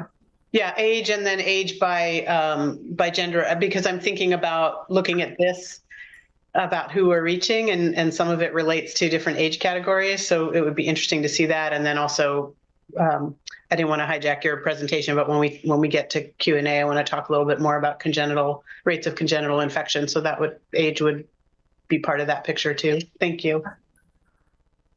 Sure. Thank you. All right, next slide. Okay, so Internet Partner Services, that's the name that we give to partner services when we are able to use other platforms, social media platforms. So as you saw, partner services are essential, and IPS are indispensable in this during this time.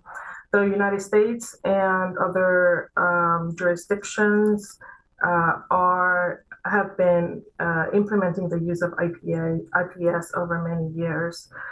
And the expansion of approved contact methods ensures staff have a wide range of options to be able to contact patients and or cases and contacts to bring them in. And this is very crucial in the reduction of STI transmission. And as you just saw, the ideal type of social media really depends greatly on age, sex, gender, race, ethnicity, and even community type. And this helps tremendously when we don't have the the contact information to be able to call them or visit them. And the only thing that we have is a site-based screen name. IPS is not meant to replace the traditional outreach methods, which is visiting the patient or calling them. It's meant to augment the ability to be able to make a contact to bring them in and talk to them. Next slide.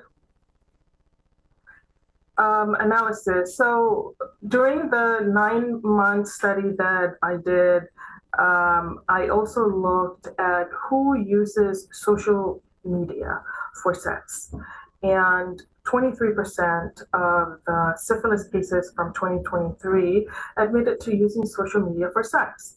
The age range of this group was anywhere between 19 and 60. Average was 36 years old. The number of partners ranged anywhere from 2 to more than 50, and that came out to an average of 11 partners per person. So that's a lot higher than the research study that we talked about earlier. In terms of sex, 78% were born male, 22% born female. And in terms of orientation, 61% were MSM and 30% heterosexual and 9% bisexual. If I remind you that in the whole group of syphilis cases, the majority were actually heterosexual. But in terms of the social media users, the majority are MSM. Next slide. 52% said yes to anonymous sex, and 22% showed reported unstable or unhoused. Again, this is an overrepresentation of our current Lane County population. In terms of race and ethnicity, Black, African Americans, and Latinx were also, and again, overrepresented. Next slide. So in a nutshell,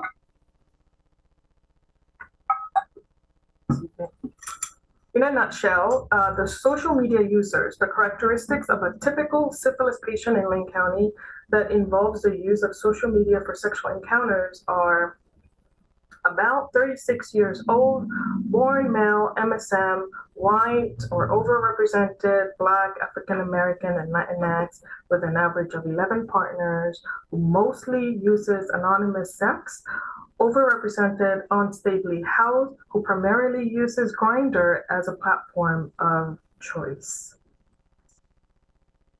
Next slide. Now, in a nutshell, in all the syphilis cases, syphilis can impact everyone, even babies. This graph shows you, excuse me, the case count of gonorrhea in green, chlamydia in red, syphilis in purple, and HIV in blue, in terms of the counts by age.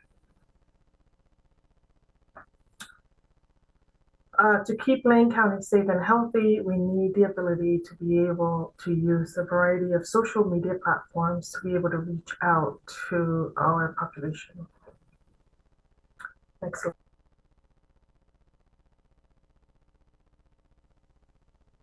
In the horizon, there's been some defunding of GIS across the state of Oregon. And we are expected to see a defunding of further GIS in the state of Oregon. Sorry, I want to have a tickle in my throat now. And the other thing is public health accountability metrics. Syphilis is one of those metrics for 2023 and 2024. These are the variables that they will be measuring over time. These are the variables that they are measuring. I have the state percentage there and the Lane County percentage. we are above the state percentage in cases interviewed, CDC core variables, and appropriate regimen within 14 days. However, we are not on percent of congenital syphilis cases averted. Lane County was able to avert 50% of the cases, while the state on average is at 66.7%. So in the next year, we are going to be heavily working on these variables, especially on congenital syphilis averted. Next slide. And thank you.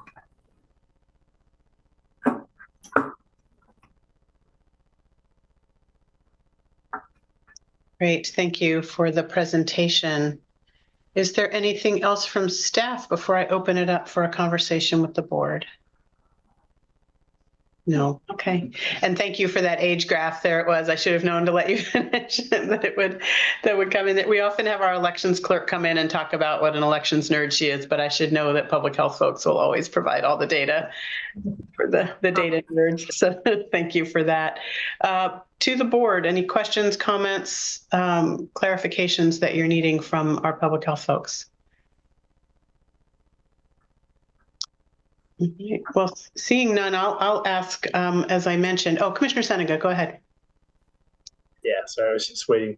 Well, I think you and I were on the same exact page because I'll let you ask, but I was really curious about the congenital transmission to the baby. But I just wanted to say, Dr. Guzman, you answered my question. I was curious if that was actually a picture of syphilis, and it was, interesting enough. And I have to say, I think the COVID one they were using looked way scarier.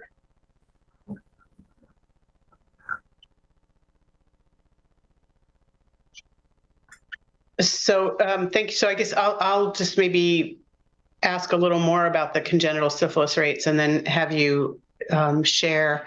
I'm curious if I'm remembering it. Syphilis is bacterial, not viral, correct? So it's treatable. It's not something that lives, like a herpes virus or something. So the congenital infection rates, how is it? I mean, obviously the best way to address them is for moms not to be infected. And we're seeing the higher rates among men generally. So men are infecting women, women are, and so on. But is the treatment, if a pregnant person tests positive, is there an automatic treatment that then gives the fetus a better chance of health and therefore a healthy baby? Is it treating an infant when it's born after testing? How does that work, and what are we doing to break that cycle? Yeah, absolutely. So syphilis is very treatable with Bicillin. It's an injection of Bicillin, and if it's caught early, it's just one injection. And if it's caught early in the pregnant person, you can prevent the baby getting congenital syphilis. What we are seeing is that either they go to their first appointment, the provider orders the lab, and then the patient doesn't follow up. And then they show up at delivery and they get tested, and all of a sudden they're positive for syphilis.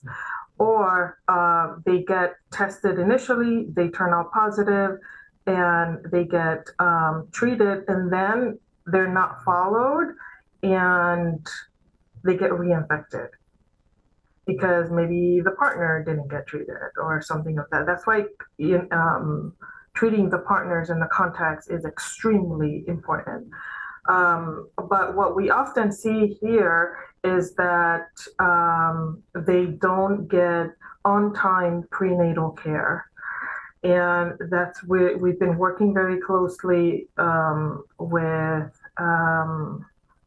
we've created a link between FCH and CD so we can refer patients to each other. We are also contacting, once we have a positive case of a pregnant person with syphilis, here in Lane County, we are calling the pregnant person every month to get them in to get retested every month. So that's not a requirement. And the only requirement that Oregon has is to test at the first prenatal visit. The recommendation is to test at the first prenatal visit, to test at the beginning of the trimester, to test at delivery. But here in CD, we're trying to do it a little bit more, which means calling them every month and getting them in, whether it's here, at their primary care, at their OB-GYN, whomever. The point is that they get tested. And the other thing that the state is pushing for is that if any provider receives a patient that is pregnant, that they test them for syphilis, because there is a tendency to believe or to think that just because they are pregnant, they belong now to OB-GYN. And you don't deal with the pregnancy, only OB-GYN does that. And that's not appropriate. Thank you for that. To what extent, if any, is that connected to, or what are other factors that lead to, you said there's more, we're doing more early diagnosis. What are we doing to have that good piece of good news? I want to say it's possibly the education that we've been doing one-to-one with providers, and many providers in the community invite us to go talk at their, I forget, their monthly morning meetings, whatever they're called. And we also have been doing media messaging to patients themselves. So I'm hoping that a lot of this is making a difference in terms of the work and education that we're doing. We're doing a lot of tabling. Our mobile vans are going out to the community, to Oak Ridge, to Florence, and we're also tabling over there, meaning we have a table with somebody that provides education on STI testing. We also have a group tabling at Latinx community events. So we're trying to get out of our building and go out to educate people. Great. And my last question then, somewhat connected, the DIS, the Disease Intervention Specialists, you said those funds are decreasing across the state. Is that a grant fund? Is that a direct allocation? Where does that money come from? And because it seems like, you know, we're having successes because we're having more early testing and intervention, and then we're going to reduce the fund that helps us do that. Chair Trigger, that's something that we are extremely worried about, and we've seen what happens when defunding happens throughout history. And the funding that we're seeing that has been defunded comes from the state, and these are grant-based dollars, which is what we depend on. So it's a grant. So so is the funding reduction that the pool of grant dollars is shrinking? We have to apply for it, and now there's just less to apply for. Dr. Warren, maybe I see. Yeah, if I might, yes, thank you, Chair Trieger. The state passes through funds that they receive from the CDC for the disease investigation specialist work. Some of those original funds were increased during the COVID response and were tied to ARPA funds, and then the Congress made the decision to withdraw some of those ARPA funds and redirect them. So that did impact some of the DIS investigation work across the country, actually. Thank you. Well, I'll just conclude mine by saying anyone who's not clear what social determinants of health means can look at the data on this as one example. Those overrepresentations of certain populations really tell that story. And I was so struck by, in our packet, just the sheer number of cases over 10 years that we went from 28 cases in Lane County in 2013 to 246 10 years later is remarkable, and not in a good way. So thank you for your work. And just to add something, the 248, that's 2022, which is lower than what it was in 2023, which is lower than what it was in 2022. Oh God, it was over 300. Okay. Thank you. Thank you. Any other questions or comments from the board before we move to the other Board of Health item? Seeing none. Dr. Warren, is this, I know you have another guest. Thank you, Dr. Guzman, for being with us this morning. We appreciate you. Dr. Warren, I'll let you introduce this item and your staff. Okay, thank you, Chair Trieger and commissioners. Yeah, our second item is regarding tobacco, and it has been a while since we have brought tobacco control to you for consideration. And I want to be clear again today and reiterate that we are not proposing a local ban today. We are not asking for a vote. We are reintroducing some of our the tobacco control efforts that we began before COVID, and that certainly there were things that were happening during the COVID response, but we were not bringing those to you. We did also invest quite a lot of time in work around expanding the Indoor Clean Air Act here locally, and we will be returning with that work as well. But in the meantime, we thought we would begin our refresh of tobacco control with a presentation on flavored tobacco products. These bans are much in the news. We are being told by our partners in the healthcare industry and advocates for reducing tobacco-related cancers that there will be efforts made in the next legislative session to introduce a state ban. So that is why we want to kind of start this conversation and refresh this information a bit. So I am going to turn it over now to Dr. Elizabeth Maxwell, who is the supervisor for our prevention section, and she will take it from here. Yeah, thanks, Dr. Warren. Good morning, commissioners. Thanks for having us. And so we've split up the slides. I've got my tobacco lead staff here, Margaret McNamara, and so she's actually going to take the first couple slides, and then we'll tag team a little bit. And we don't have as many slides as Dr. Guzman, so I don't know if that's good news or bad news, but I know you're all probably getting a little tired. So this shouldn't be super long, and we will go to the next slide, and I will hand it over to Margaret. Thank you very much, Elizabeth. Thank you, Chair Trieger and commissioners for having us here today. I would like to just start out with a few things that we've done in the past, in the last about year or two, around flavored tobacco. In July of 2022, the Public Health Division of the Department of Health and Human Services submitted comments to the Federal Drug Administration regarding rules related to flavored tobacco products, supporting the characterization of menthol in cigarettes and cigars. In March of 2023, county testimony in support of House Bill 3090 relating to characterizing flavors and banning the sale of flavored tobacco products in Oregon was provided to the House Behavioral Health Committee by the Lane County Intergovernmental Relations Manager. In 2021, the Lane County's Community Health Improvement Plan, year 2021 to 2024, was adopted by the board. And the plan addresses the main drivers of youth tobacco use and disproportional impacts on populations targeted by commercial tobacco in our communities. Next slide, please.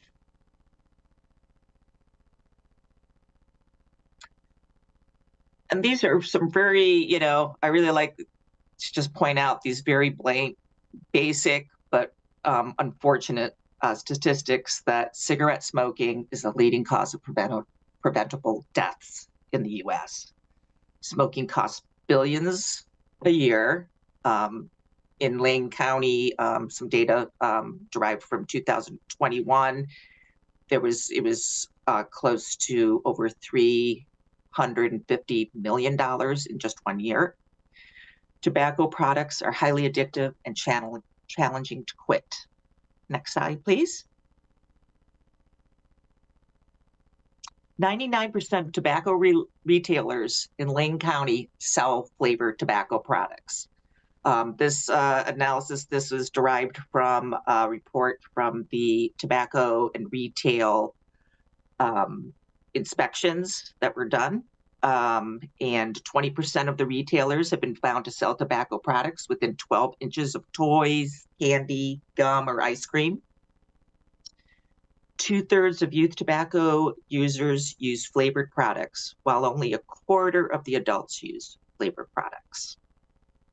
Approximately 20% of Lane County retailers have been found to sell to minors. I'm going to go ahead and turn this over, the next slide, to Elizabeth, please. Yeah, thanks, Margaret. So it's just a few more statistics for you. The tobacco industry has aggressively targeted its marketing to BIPOC populations, women, youth, and the LGBTQ population. This is well documented. Approximately 70% of 11th graders in Lane County have seen tobacco or vaping ads in the last 30 days, and this is based on the Student Health Survey that was last done in 2022. And from that same survey, over 76% of 11th graders in Lane County have used a flavored tobacco product in the last 30 days. Next slide. And just some more health effects. 70% of Black smokers smoke menthol products. This is compared to 34% of white smokers, kind of a testament to some of that targeted advertising that's happened over the last decades that we can document. And 40% of premature deaths attributed to menthol products are in the Black or African American community, yet this group only comprises 12% of the overall population. Next slide. And so just Dr. Warren kind of talked about this a little bit when she introduced this, but you may have been monitoring that Washington and Multnomah counties did pass local flavor bans, and they are currently tied up in court. And so we don't know what the outcomes of those will be, but I think the state is closely monitoring, as are other local jurisdictions. And again, like Dr. Warren said, that we've heard some talk that there could be a possible statewide ban in 2025. And then locally, our own Public Health Advisory Committee, otherwise known as the PHAC, Kaiser Permanente, Smoke Free Oregon, and our own Chip Tobacco Work Group all support a flavor ban. And then we, in prevention and Lane County Public Health, we do an attitudinal survey every few years. And in 2022, we did one, and the majority of Lane County residents surveyed support a flavor ban. Next slide. So we forgot to put a question slide, but that's the end of our slides, and we're happy to have some discussion or take questions, however you would like to proceed. Thank you, Dr. Maxwell and Ms. McNamara. To the board for questions, comments.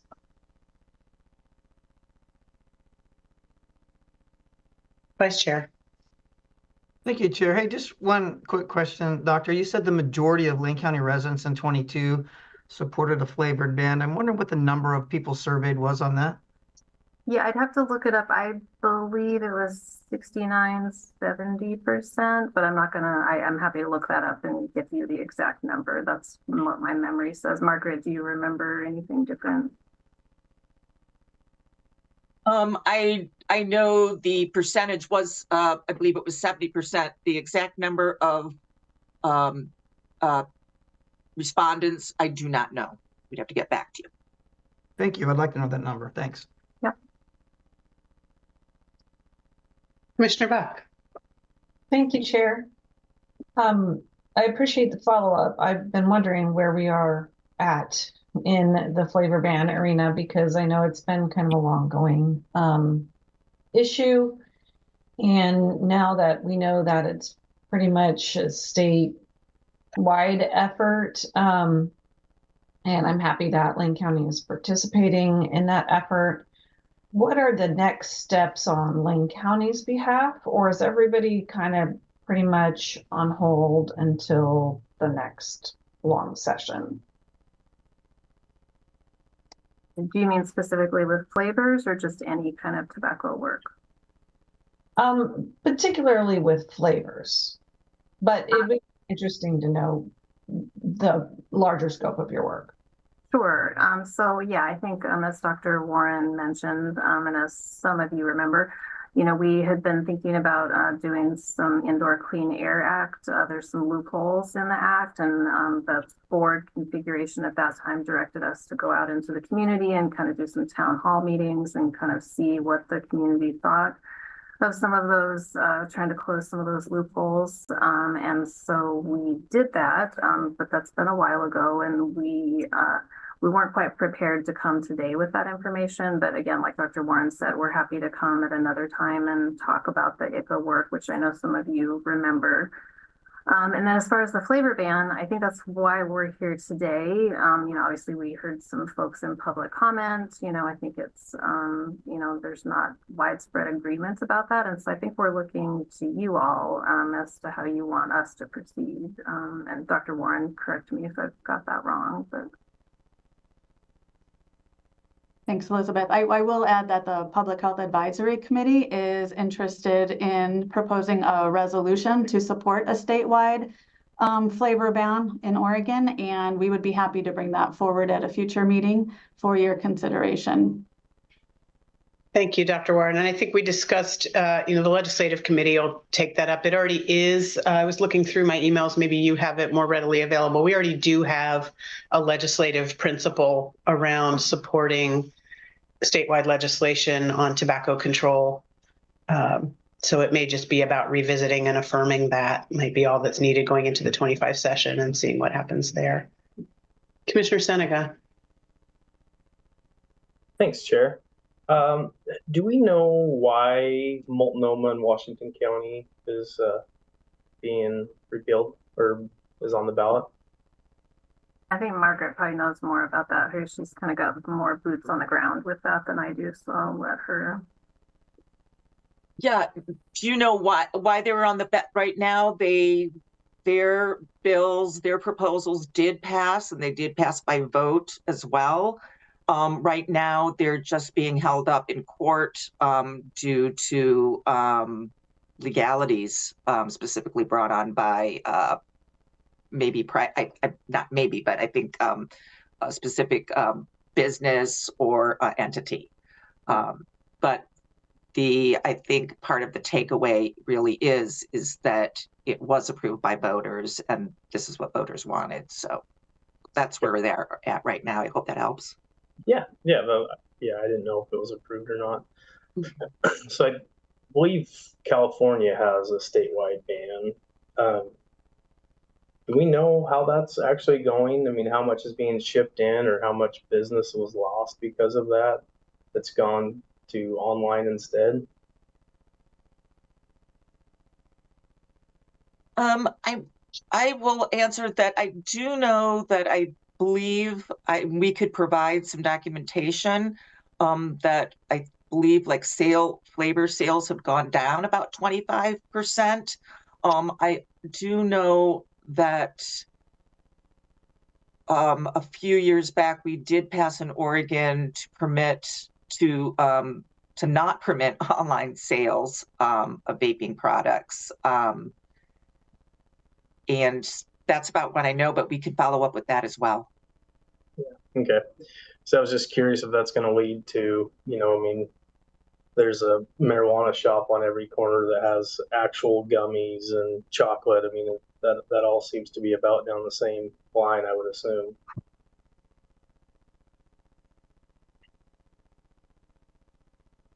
I think with the flavored cannabis products, I think we thought that was one of the things that we kind of started exploring back in 2019, I think the last time when we came to the board. And we had done some work with OLCC and kind of figured out that that probably is not something that we can do locally. And so if we're talking about a local flavor prohibition, I think we would just be talking about tobacco products specifically and not the cannabis products. Because it's on OLCC to regulate those. I don't think that we are allowed to regulate those locally. Okay, well, I mean, I have a lot of concerns about this and pushing it forward. And I just want to state that you know, there are a lot of small businesses that that do rely on this as income, and I think there could be some real repercussions of a flavor ban. So, just for the record. Thank you, Commissioner Suniga. I would also add that a lot of the work that we do in vaping is responsive to school concerns about vaping on school campuses and the very large increases we're seeing among youth use of tobacco and the concerns about what we can do to try to get ahead of that. It doesn't feel like we have a lot of options in our toolbox for reducing the huge impact of the enormous amount of resources that the commercial tobacco industry can invest in addicting a whole new generation to tobacco products. So a lot of our work is really based on trying to prevent youth use. And because youth are far more likely to use flavored products, and because we know that people locally are selling to youth, it does feel like pursuing a flavor ban is one of those things that may help us really try to protect youth in our community from the impacts of the commercial tobacco industry. Yeah, right. Well, I mean, I know being on the school board that cannabis in a vapor or in a vape form is a real concern also, and there's every bit as much of that as there is tobacco, let alone flavored tobacco. So I think these are all things we need to look at equally for sure. Thank you, Commissioner. So Commissioner Buck, did you want to jump in or no? Sorry. I mean, I'll just say I'm supportive of where we have been going all these years, and absolutely want Lane County to participate in the statewide ban against flavored tobacco. Thank you. Yeah, Dr. Warren, you brought something up that my data is a little old, so maybe you have some new numbers for me. One, to your point about what the industry spends on marketing to youth and other marginalized communities relative to public investment in public health infrastructure specifically designed for tobacco prevention. My old data, I mean, it's been about 10 years since I was more actively engaged in this work on the ground, but my recollection is that it's something like you get into, the third day of a calendar year and public health resources around tobacco prevention have been exhausted, equal to what the industry has spent in that amount of time or something like that. Is that still about right? I would certainly defer, thank you, Chair Trieger, to Margaret to be more up to date on those numbers. But absolutely, I mean, we have seen additional tobacco control resources come from the tobacco tax, and that has certainly been welcome.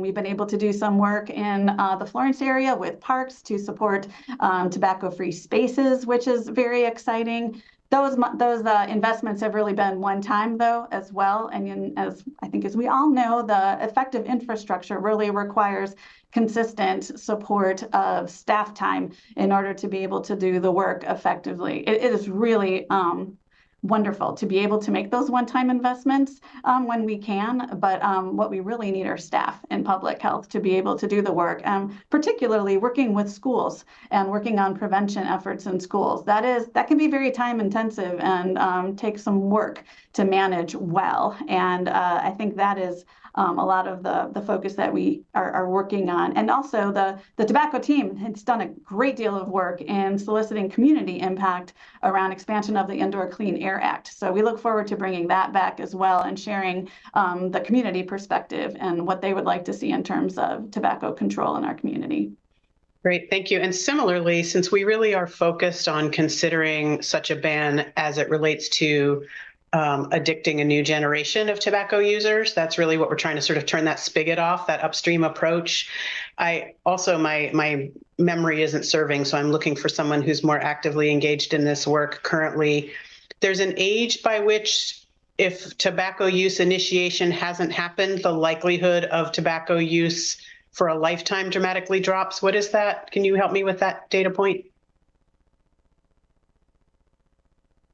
Margaret, I've heard it. I have the same memory as you. I don't have the exact number, but I have heard that before. Yeah, I don't have the exact number as well, but I do know that it's in the teens and low 20s. And also, especially if there is a family member or somebody else in the household. that will Right. definitely contribute to the rate. Yeah, so as I recall, it's something like if you haven't initiated tobacco, that, you know, like 90% of lifetime tobacco users initiated their use in their teenage years. And if you get to the age of whatever that number is, 22 or something, and have never used tobacco, you have virtually no chance of becoming a tobacco user. It's something like that. Am I right? Yes, Yeah. I recall that as well, yeah. Great, thank you. Thank you for that. And lastly, somebody mentioned something about there may be a difference of opinion about the efficacy of things like flavor bans, but is there a difference of opinion amongst public health professionals No. on this? I would say no, there isn't. I also just wanted to add too, because Jocelyn mentioned it, but the tobacco team, you know, we have had these kind of hit and miss infusions of funding. And so we were able to help out Florence in the Miller Park. They did a new play structure. And so we were able to give them some funding to finish their structure, which was great. When does public health ever get to do something like that? You know, well, the answer was with some extra tobacco funding. And then I would also just ask the commissioners, you know, while you're waiting for the next time before we come back, Margaret and her team have done an awesome job of getting some advertising and some public messaging out. If you go to any of the M's games last summer, they were kind of all over the place. They did some commercials, got some of the players involved. They're really doing a lot of boots on the ground, community level work. They've done a whole thing with Story Walk. So if you go to there, we started this morning with some references to our outdoor spaces. And so Margaret and her team did a story walk where families can walk through and read a story in English and Spanish, and has some kind of light, you know, tobacco messaging. But, you know, we're trying to be there in a lot of different spheres. So hopefully as you're out and about in the community, you'll see some of those messaging efforts that we've been doing. Excellent, thank you. Any other questions or comments from for staff from the board? Commissioner Senega? Yeah, this is just a quick one. Is this tobacco or something that would be just nicotine only? Is that included in this, or? No. Other tobacco products, is that what you're referring to? I'm sorry. Yeah, like, I mean, I'm not an expert, but I was doing some research on, you know, like products that have tobacco and nicotine versus just nicotine. And is this for all the above or just tobacco? I'll go ahead and address that. Thank you very much, Commissioner, for that question. As far as the moving forward with supporting a statewide ban or what have you, is from looking at the last proposed bill, we're looking at synthetic nicotine as well. So synthetic nicotine, any kind of products that you'll be able to consume smoking or vaporizing that have flavor, that are flavored induced. Got it. Thank you. Great. Any final comments from staff on this item? I would just, I want to offer to our commissioners that we, as Dr. Warren, I think, sent an email prior to this, that we're happy to meet with you individually. We want to make sure that we have answered your questions, heard your concerns, and can, I know there's a number of follow-ups from our discussion today, so we'll absolutely follow up on that, but just want to give you time to dig into this with our team and learn more. So we really appreciate your time today. Thank you for that. Great. Thank you all. Appreciate you. With that, I will adjourn the joint meeting of the Board of Health and the Board of County Commissioners and reconvene our regular meeting of the Board of County Commissioners. We do have just a brief item with Kachina Inman from Health and Human Services that is in order. And then we have an 11:30 time certain. So it looks like we'll all have a little bit of a recess unless County Administration has wants to move their announcements up to fill some time. Chair Trieger, I'd be happy to do that. I have about 3 announcements. It will not take the full time. Okay, so we'll probably still have a brief recess. And before I turn it over to Ms. Inman for item 8A, Health and Human Services, Tanya, maybe if you could just when we get to the point where we might have a recess, let us know. Do we just mute our cameras and mics? Just how to manage in a virtual meeting, a brief recess. Let me know that. Thank you. So item 8, Health and Human Services. We have before us Order 24-04-02-09 in the matter of approving 2 amendments, 1 ratification and delegating authority to county administrator or their designee to sign the approved actions. And I'll turn it over to Kachina Inman, our Assistant Director of Health and Human Services, to introduce the items. Thank you. Thank you, Chair Trieger and Commissioners. This will be brief items. I'll go through the 2 amendments and ratification and happy to answer any questions. I think Lisa Willis, another Assistant Director, is on the call. These are more related to our federally qualified health center side of things. So if there's specific questions, she's absolutely here to answer those as well.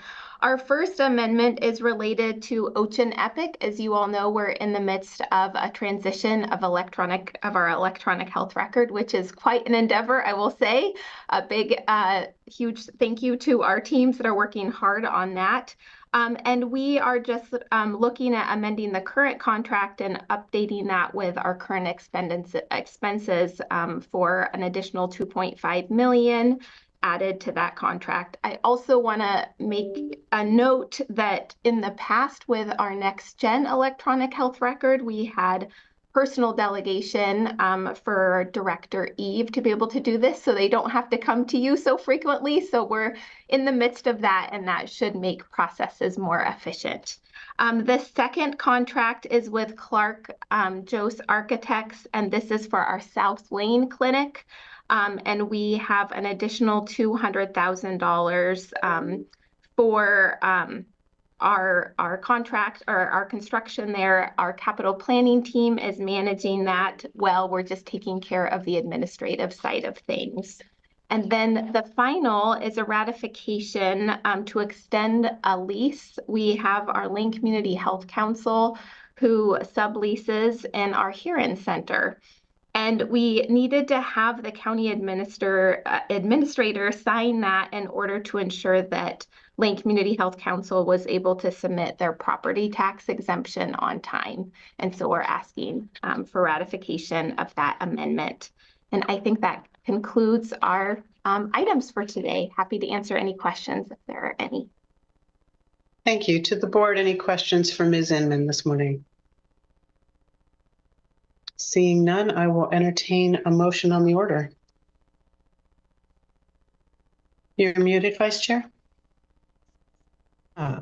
Hey, Chair, thank you. I'd like to make a matter of approving a motion matter. Rather, I'd like to make a motion in the matter of approving 2 amendments, 1 ratification and delegating authority to the county administrator or their designee to sign the approved actions as per Board Order 24-04-02-09. Is there a second? Thank you. It's been moved by Vice Chair and seconded by Commissioner Buck. Any discussion to the motion? Seeing none, I'll call for the vote. All those in favor signify with an aye and/or a virtual hand raise. Aye. Aye. Motion carries 4-0 with Commissioner Farr absent excused. Passage of Order 24-04-02-09 in the matter of approving 2 amendments, 1 ratification, and delegating authority to the county administrator or their designee to sign the approved actions. Thank you. With that, we will shift over and bump our county administration item 10A announcements up now. Mr. Rickoff, good morning. Chair Trieger, Commissioners, thank you very much.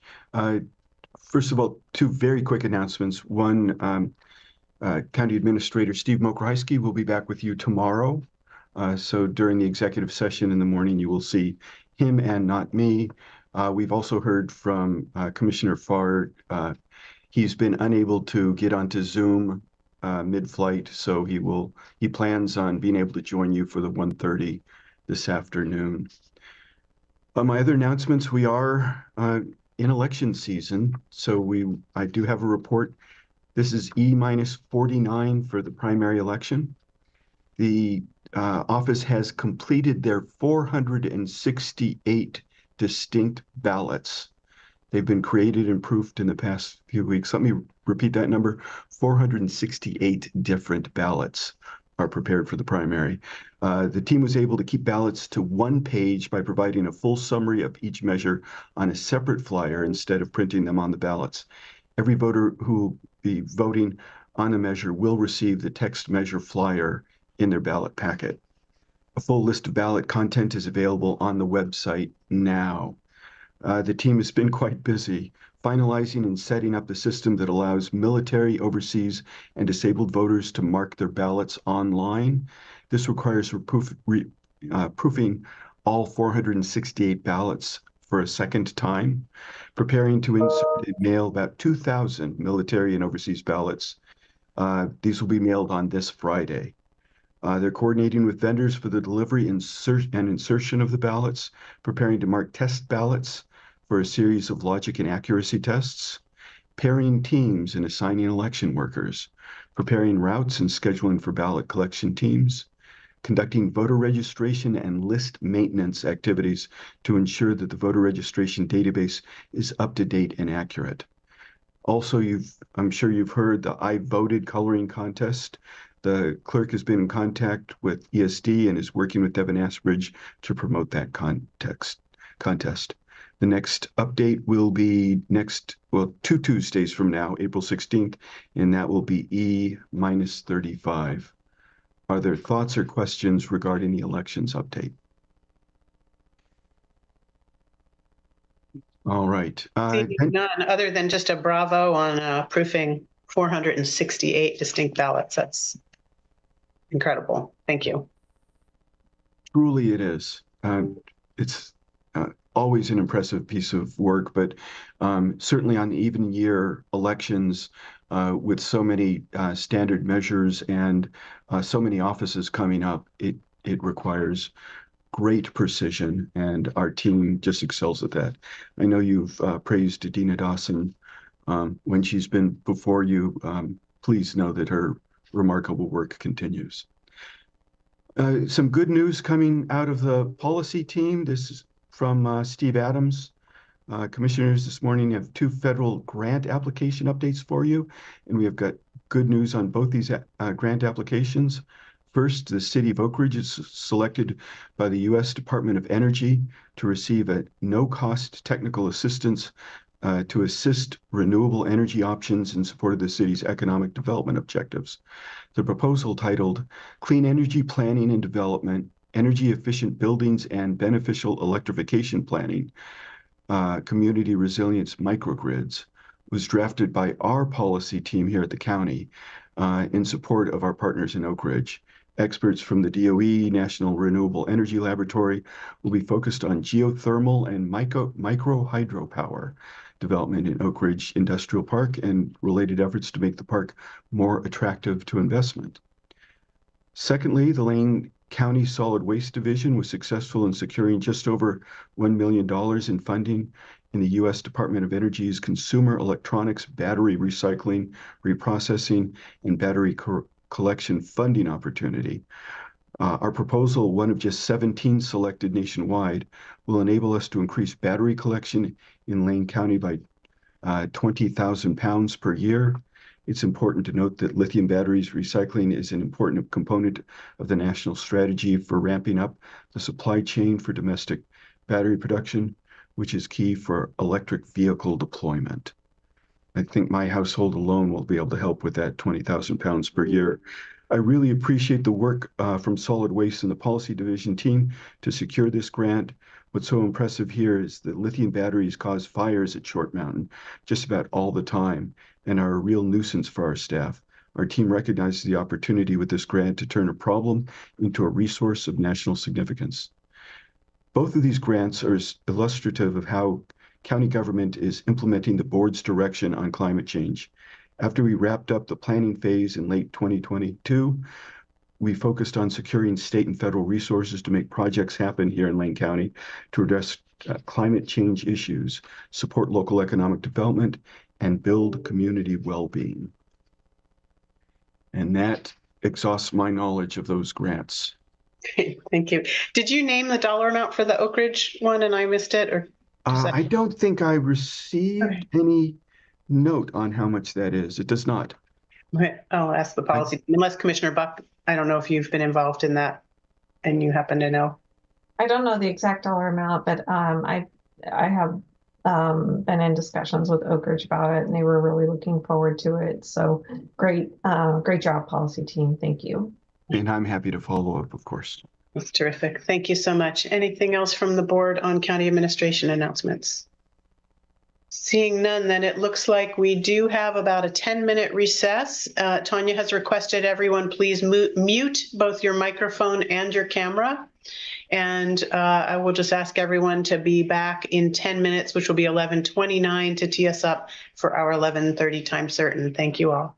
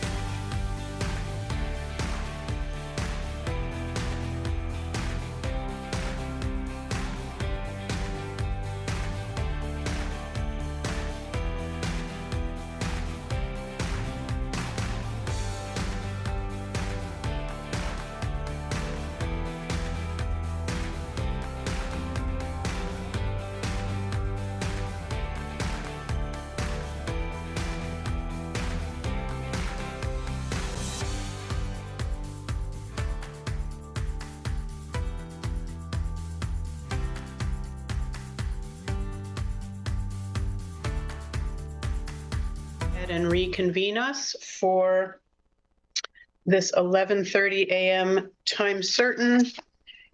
Excuse me, got a little off track with my papers here. And we are on item 9A.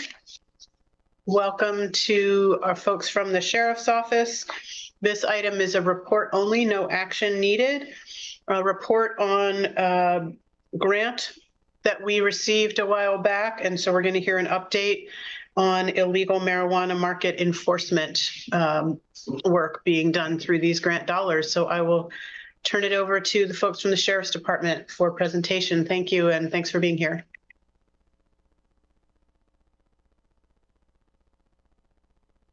We don't have audio on you at this time. Still no audio.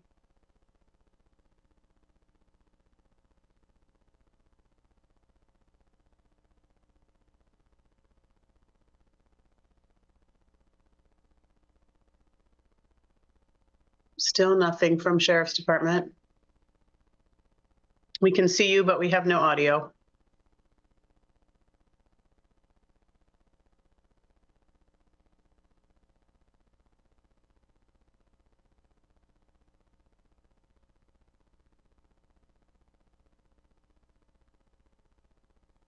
So Chair Trieger, if I may, while we're waiting, I did receive the amount of the Oak Ridge grant for the clean energy planning, and that is a $50,000 grant that we've received. Great, thank you. Looks like we maybe have some. It looks like the tech team support coming in. Yep.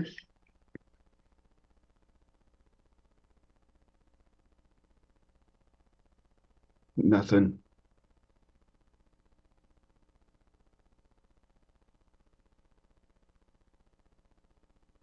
And I don't know, Tanya, if you have anything to offer or if there's a phone number and we should have them call in and use phone for the audio portion. You could use your panelist invite. There should be a phone number in there. I do show that they are not muted, so it looks like it's a setting on the computer within that room.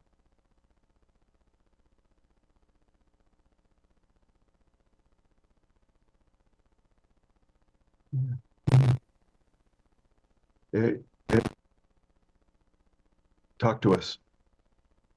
It looked like it came on for a moment. Nope.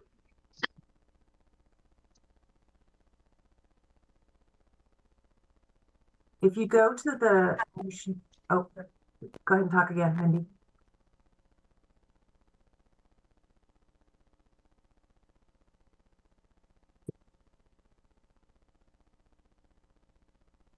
If you click on the microphone, there should be some options for you to choose.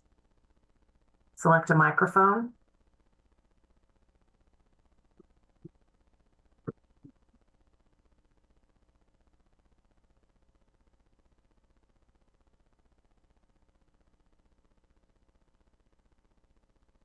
We can see lips moving, but we still don't hear anything.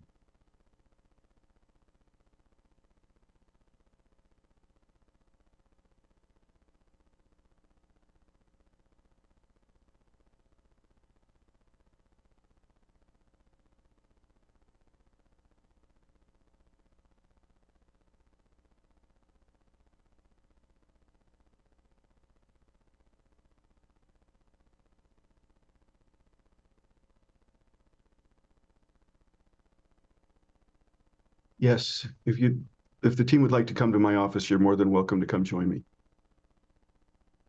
I think we are going to rearrange my office very quickly. I'm going to go off camera to do that.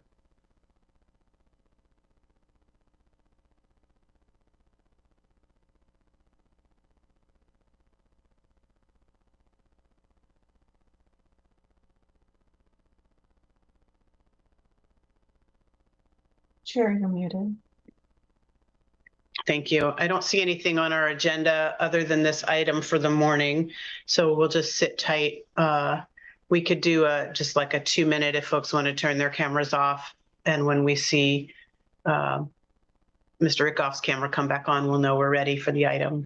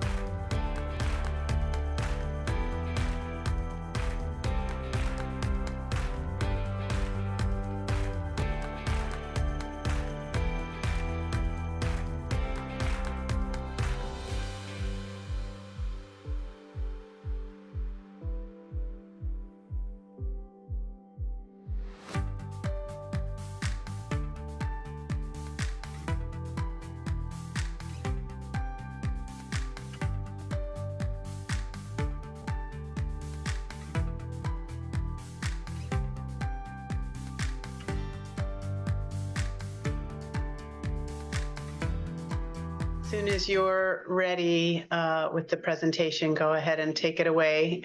Okay. Now you can hear me? Yes. I feel much more powerful sitting at this desk. Thank you, Chair Traeger and commissioners. Yeah, we're here to report back on the use of the Criminal Justice Commission's grant funding for illegal marijuana enforcement. So once it was awarded, we formed a team consisting of Sergeant Marvin Combs and two detectives. The National Guard contributed an analyst at no cost to us. It's been super helpful. And we recently added a drug sniffing canine. On a side note, in the last month, that canine has seized 100,000 fentanyl pills and about 4.5 pounds of pure fentanyl powder. Not necessarily related to the marijuana warrants that we're serving, but just that's another asset that we have now. We wouldn't have that without this dedicated team to support having a drug dog. Okay, so these investigations are very complex and time consuming. There's something that the patrol deputies out there responding to calls for service and marked units. There's no way that they could investigate these kind of cases and do all the work that requires. This kind of enforcement takes a dedicated team solely to that task. So some of these investigations take months of nonstop work to author a search warrant. Once that search warrant's signed, that's the day we go serve it. It takes a lot of deputies. We're talking about, well, we've served, the team served 20 warrants since the funding. And of these 20 warrants, like one of the big ones had 7 separate addresses attached to the warrant. And then one of those addresses had as many as 8 buildings. So this is a massive undertaking to go serve all these locations at once. Obviously, the team of 3 can't do that by themselves. We use deputies that are outside their normal duties on overtime, and that's funded by the grant as well. This kind of works a lot of physical labor. We've eradicated over 53,000 plants and 13,000 pounds of finished product, and often that's in hot greenhouses, and it just takes a lot of work to get all that work done. We know that these are not backyard grows, mom and pop type deals. This is organized crime. These are huge operations. I should have mentioned that when we're doing those really big ones, we have partnerships built with local, state, and federal law enforcement that come in and help us get the work done. So these operations are tied to organized crime. The workers are believed to be victims of human trafficking. We hear a common theme in Lane County of these workers that they're promised payment at the end when all the work is done, but they really don't have they're not from here, and they don't have the resources to get out of their situation. They don't have the community ties. Often we pretty much looked at the workers as victims, and we're going after the bosses and the folks that are managing the operations. When we go to these warrants, we see environmental damage from chemicals and illegal dumping, water theft, super common, unsafe conditions, unpermitted buildings and land use. And our office often coordinates with the local land use officials and the state water master when we pay visits to these properties. Our office is super proud of the work Sergeant Combs and his team has done to deter these operations from setting up in Lane County by shutting them down when they're discovered. And I just want to reiterate that this work couldn't be done without dedicated funding. And at this point, I want to turn it over to Sergeant Combs, and he'll go through some slides and show you some actual examples of what we've seen here. Thank you.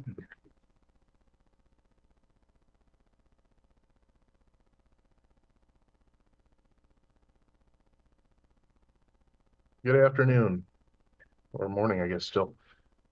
How do I think Tanya will move your deck forward. So Tanya, you'll move the slides for me?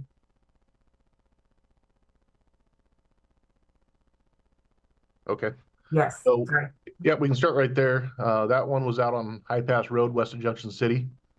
That was a Hispanic cartel-led grow.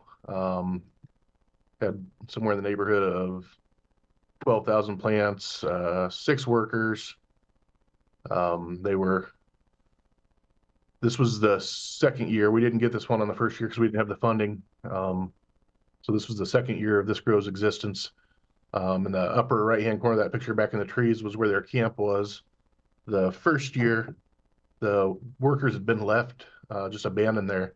And the farmer who lived in the house to the left of the picture was feeding and caring for these workers until it just got too wet and nasty and cold, miserable in late November. And he couldn't deal with it anymore, so he called whoever his contact was, and they sent somebody to pick those guys up in late November of the year before.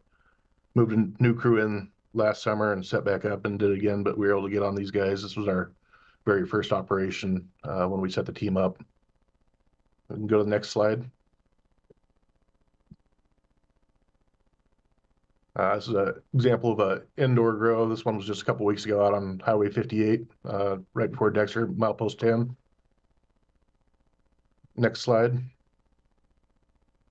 This is a interesting graphic that shows the power use and the dollar amounts so there was 2 buildings on this one. This is on Hideaway Hills off Dillard Road. So as you can see, there's 2 buildings that use the same amount of power. So they're anywhere between $20,000 and $30,000 a month per month in power alone. These were 2 300-foot buildings. This one was a Asian grow that had ties to Washington, Chinese nationals. In Washington, they'd gotten caught. This group had wired over $9 million back to China before they got taken off in Washington. They just moved their operation down here and got going again. Next slide. That was an example of the potting soil dump at that same place on Highway Hills. If you can imagine all the chemicals and stuff they use to grow this stuff, now it's just leaching. They just put it out to leach down into the groundwater behind the shops. Next slide. This was on Canary Road, Florence, a couple months ago. Same exact thing, big, huge piles of potting soil, just left to leach out into the ground, all the chemicals and fertilizers and everything in them. Next slide. Another example of a indoor grow. We do probably more indoor grows here than we do outdoors. We're kind of an anomaly in the state. Most of the counties, especially to our south, are inundated with outdoor grows. We're more inundated with the indoor grows. Next slide. This is an example of, so the picture on the left was at the Hideaway Hills one, all the chemicals on the left, and then on the right, the inset picture was Canary Road again. It shows you the amounts of fertilizer and chemicals they're using on these things. Next slide. This was part of one of our other big indoor operations. There was the picture you're seeing there is the inside of a West warehouse on West 12th Avenue off West 11th and Eugene, right behind Discount Tires. This was a big extraction lab where they were at one time licensed to extract CBD out of hemp. They'd gone away from that and gone into the THC extraction business. And that was part of the one Captain Mann mentioned earlier where we hit 8 different addresses. Kind of lucked out on this one in the sense that the city of Eugene ended up, because this lab was in the city of Eugene, they contracted with Northwest Hazmat and some other hazmat companies to get this place cleaned up. Next slide. This is an example. The 2 pictures on the left are just some of the living conditions we've encountered on the outdoor grows. And then the picture on the right is some of the not up to code wiring. That's a illegal butane honey oil lab. Those are very dangerous, very explosive environments, and to have that kind of, the suspect in that one had one blown up previously on West 11th in a warehouse a couple years ago and another one up in Tangent, and then had ties to one that you'll see pictures of here in a minute that was up in Fall Creek that blew up. This one we got to before it blew up. It was off of Kelso Street off Prairie Road.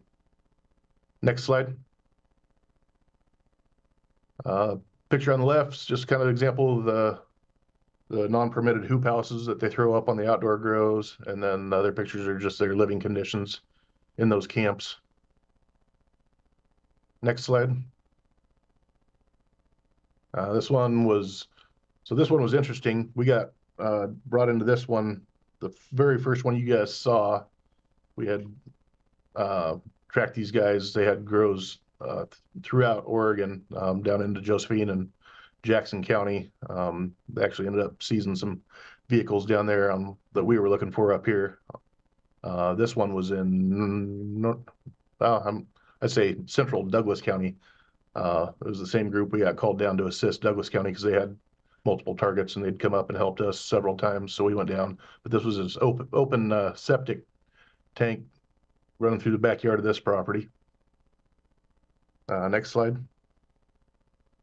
These are the firearms about 2 weeks ago from the Highway 58 grow, the suspect's residence. I believe that he kind of used those as a lot of guys buy gold and silver. This guy bought firearms to launder his money through. Those are all, or most of those are very high end. Some of those ones in the cases up there are like $3,000 a piece. He had like 7 matching ones. Next slide. That was some of the fentanyl pills that we found in that same house from the Highway 58 grow. Next slide. Just shows kind of the end result of us getting some of the hoop houses emptied out. We've been using either mulching head on a mower, a chipper at times to destroy those, or just hauling them to the landfill to get rid of them. Just kind of, we go with whatever the better option at that location is. Next slide. That's the chipper being run. I think that one was on Heilman Lane, North River Road, the end of last summer. And next slide. That's an example of some of the money we found at one of the residents of the suspects on the one where we hit 8 different houses. Next slide. This one was on Shoreview Drive. This family had been popped in Douglas County 2 years ago. He had this grow on Shoreview, and he had another one on Block Lane off of Razor Road. When Douglas County got him 2 years ago, they ripped everything out of the ground in Lane County. He eventually sold the Block Lane property, but kept Shoreview, and started growing there again this last summer. We executed search warrants there and at his primary residence in Junction City. At the grow down south, he had hundreds of these fighting roosters, and they held rooster fights at this location, sounded like almost every weekend. The rooster fighting business was almost as big as his marijuana business, as far as the amount of money and how much he sells these things for and how much money they'd win. We encountered people that barricaded when we arrived at this location. I think we had like a 5-hour kind of standoff with these guys where they wouldn't exit. And when they finally did, at least one of the guys there said he didn't even know anything about the marijuana grow. He was just down here for the cockfighting. We actually ended up passing this case along to the Department of Agriculture special agent to investigate the cockfighting charges. He was eventually prosecuted in Lane County for it, though. Next slide. It's a picture of the BHO lab on Kelso Street in Eugene that we were able to get shut down before it blew up. Next slide. Another picture of the West 12th BHO extraction in Eugene. Next slide. Examples of some of the different challenges for us. We don't know what that writing says. So we oftentimes have to hire or call in favors from interpreters to help us decipher, and that's one of the reasons these investigations are so challenging to us. Next slide. There's another picture of another standard indoor grow. That one looks like it was probably off a Poodle Creek Road. This property was actually seized by the DEA, and it's actually on the market for sale right now, owned by the federal government. Next slide. That was used to be an indoor horse riding arena on Canary Road that they built out into lots of different marijuana growing rooms. This one was another Chinese national one. The workers had come across, told us they'd come across through Mexico, and that their passports were being held by a friend in Mexico. Another clear sign of trafficking. They had no vehicle at the property. It was several miles out Canary Road. Wasn't easy to get any place from there. Next slide. The picture on the right is the shower from the High Pass outdoor grow. Next slide. That was how they were watering the pump or watering the plants at the High Pass grow, as well as that fed the shower out of that dirty old pond. Next slide. This is the one I mentioned earlier. This is the one that blew up, but we didn't get to in time, up on Place Road out of Fall Creek. That had ties to the guy from Kelso. But you can see the level of destruction in this one. If that had done that in the summertime, that would have caused a massive fire up in that area that would have had. We were super lucky this one blew up in the wintertime. Next slide. This was off a rain tree out just between Cresswell and Highway 58. This guy had a permitted OLCC grow up above the house, but he'd been unable to pay his power bill, so they'd shut the power off. Lane Electric cut the power to the grow building at the top of the property, and so he'd taken all of his hard work and brought it down to his house, which was not part of his permit area, and started a BHO extraction lab. Next slide. So that was the extraction lab in his garage. When we got there, the DEA brought out their testers and actually figured out he had a pretty significant leak coming off of one of his butane tanks, his pressure tanks. So we had to evacuate, hold it overnight, and get equipment brought down from other places to help us ventilate that building to make it safe that we could dismantle that lab. That again was another one that would likely have ended in disaster and some sort of explosion had we not got there in time. Next one. I guess that's the end. Do you guys have any questions for me or for Captain Mann? To the board, Commissioner Buck. Thank you, Chair. Obviously, this is really wonderful work, and I hope that there's a way to sustain your funding. So my first question is, knowing that there's dedicated funding now, how long is that going to last? When will you need to seek an infusion of additional funding to keep it going? Because clearly it is desperately needed here. Yeah. And then I have another question after that. Okay, so as far as the funding goes, we're funded through 2025 on the original grant. We've realized, though, however, that we're going to fall short. We don't think that, well, we know the program would not be sustainable through 2025. So luckily, the CJC just opened up a couple weeks ago another pot of money, and they made us eligible to put in for the amount that we believe is going to carry us through the end of 2025, which I think we put in for an additional about $900,000. And we should know within a couple months whether that's going to be successful or not, that ask. And then And then there's no guarantees beyond that the legislature will offer additional funding. I think throughout the state, we're showing the need, so we hope that the funding will remain there, but there's no guarantees that it will. So it sounds like the request is for the next long session to somehow ensure that we can get some ongoing funding for the service. Is that right? Yes. Okay. Maybe some. Mhm. I would say that I think at my level, I would love to see some fentanyl enforcement money tied into the same proposal. Makes sense.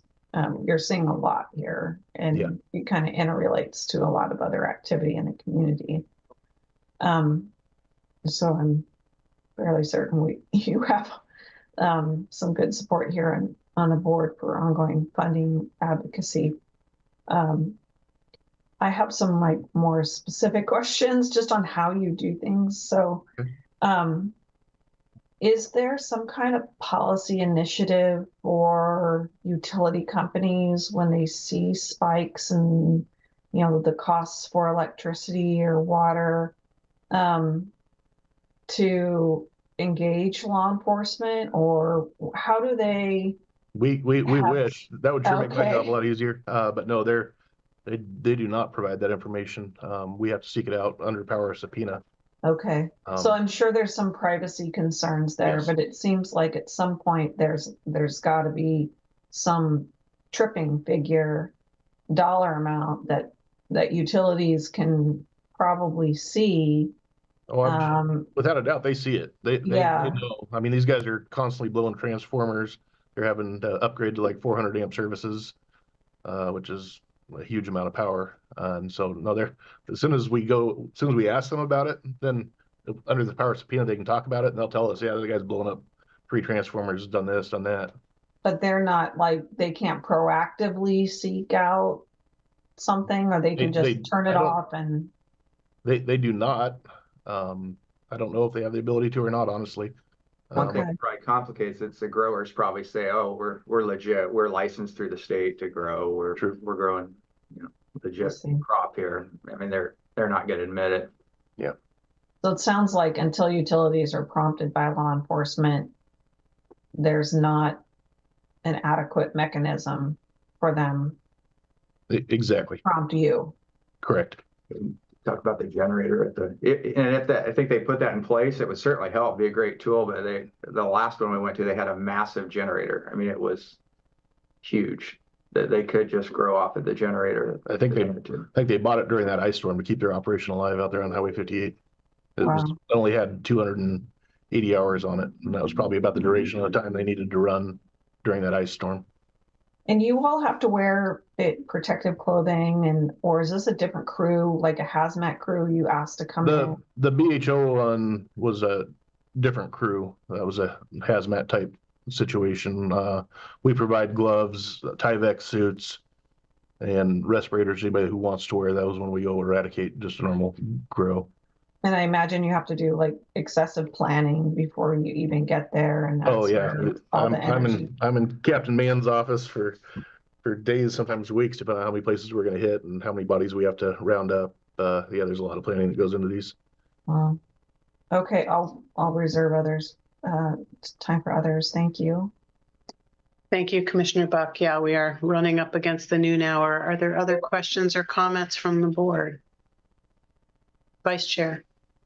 Yeah, thank you, Chair. Just real quick, guys, you're doing a super job. And you mentioned some kind of alarming, gut-wrenching kinds of things about violent crimes and cartels and slave camps and that sort of thing.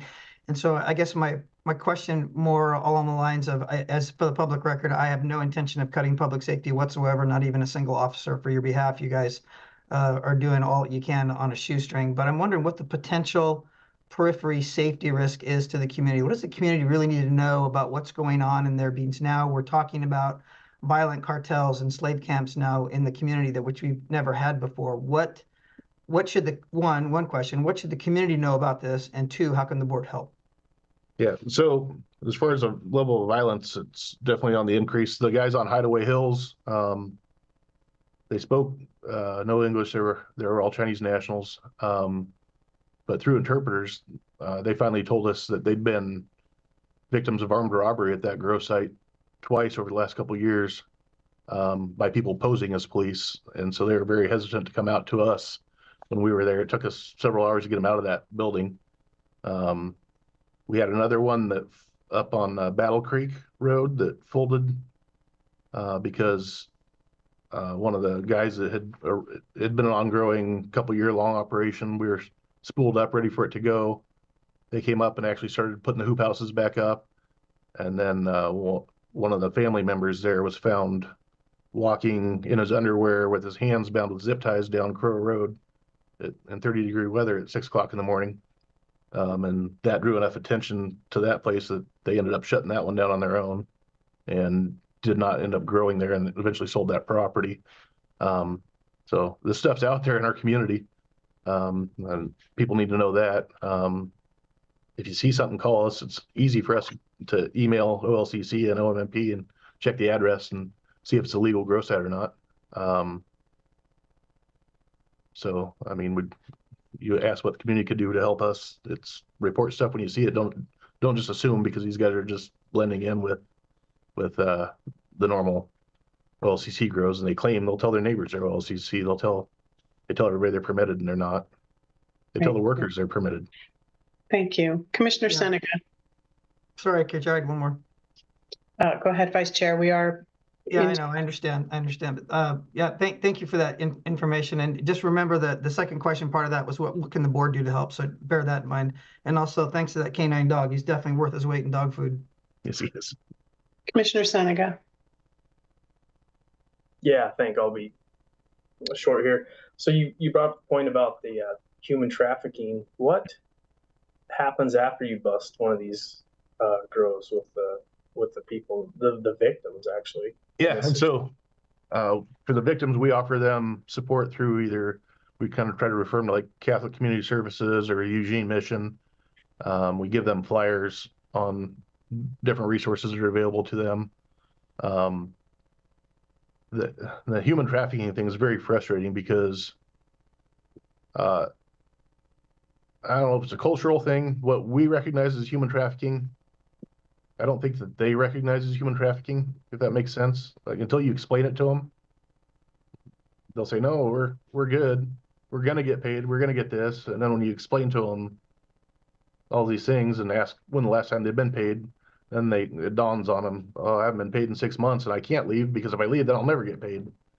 And so the human trafficking thing is very frustrating to us. It's hard to prove. It's hard to get these guys to open up to you and actually be willing victims of it when you look at it through our eyes and it's clear what it is. When their passports are being held in Mexico and they're being smuggled across and then just brought to a place and told to go to work. I mean, it is what it is, right? And so that end of things is pretty frustrating for us. I can see that. Has just last one, has legalizing marijuana slowed down the illegal growth?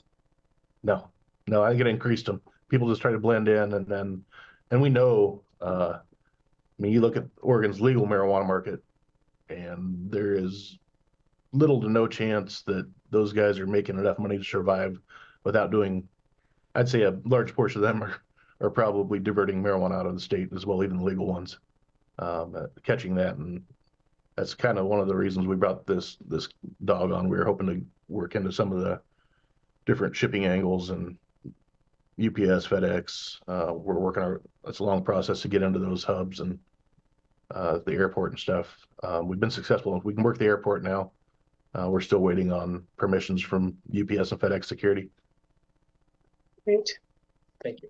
Thank you. Well, thank you for the presentation. I think just to wrap it up, both, Vice Chair asking what we can do. I think Commissioner Buck brought up an excellent point. Many of our utility companies, they're publicly owned. They have elected board members. Perhaps we could work with our policy team to think about when and how, as a board, we might approach some of our public utilities to think about some of their policies around reporting spikes in usage, particularly in some of these areas that are known to be where growers, illegal grows like to set up. So I don't know that we necessarily need a formal assignment made, but maybe it's just Commissioner Buck, maybe you want to just chat with our policy team and think about a path forward, and that may be something to bring back for more of a formal assignment moving ahead. And the other thing this board can do is just to continue to approve applications and acceptance of grant funding for this program, which we've done, that's brought you to us today. So thank you very much for your work. Appreciate you. Thank you. Thanks a lot. All right. With that, we have no need for executive session this morning. Is there any other business from the board before we break for lunch?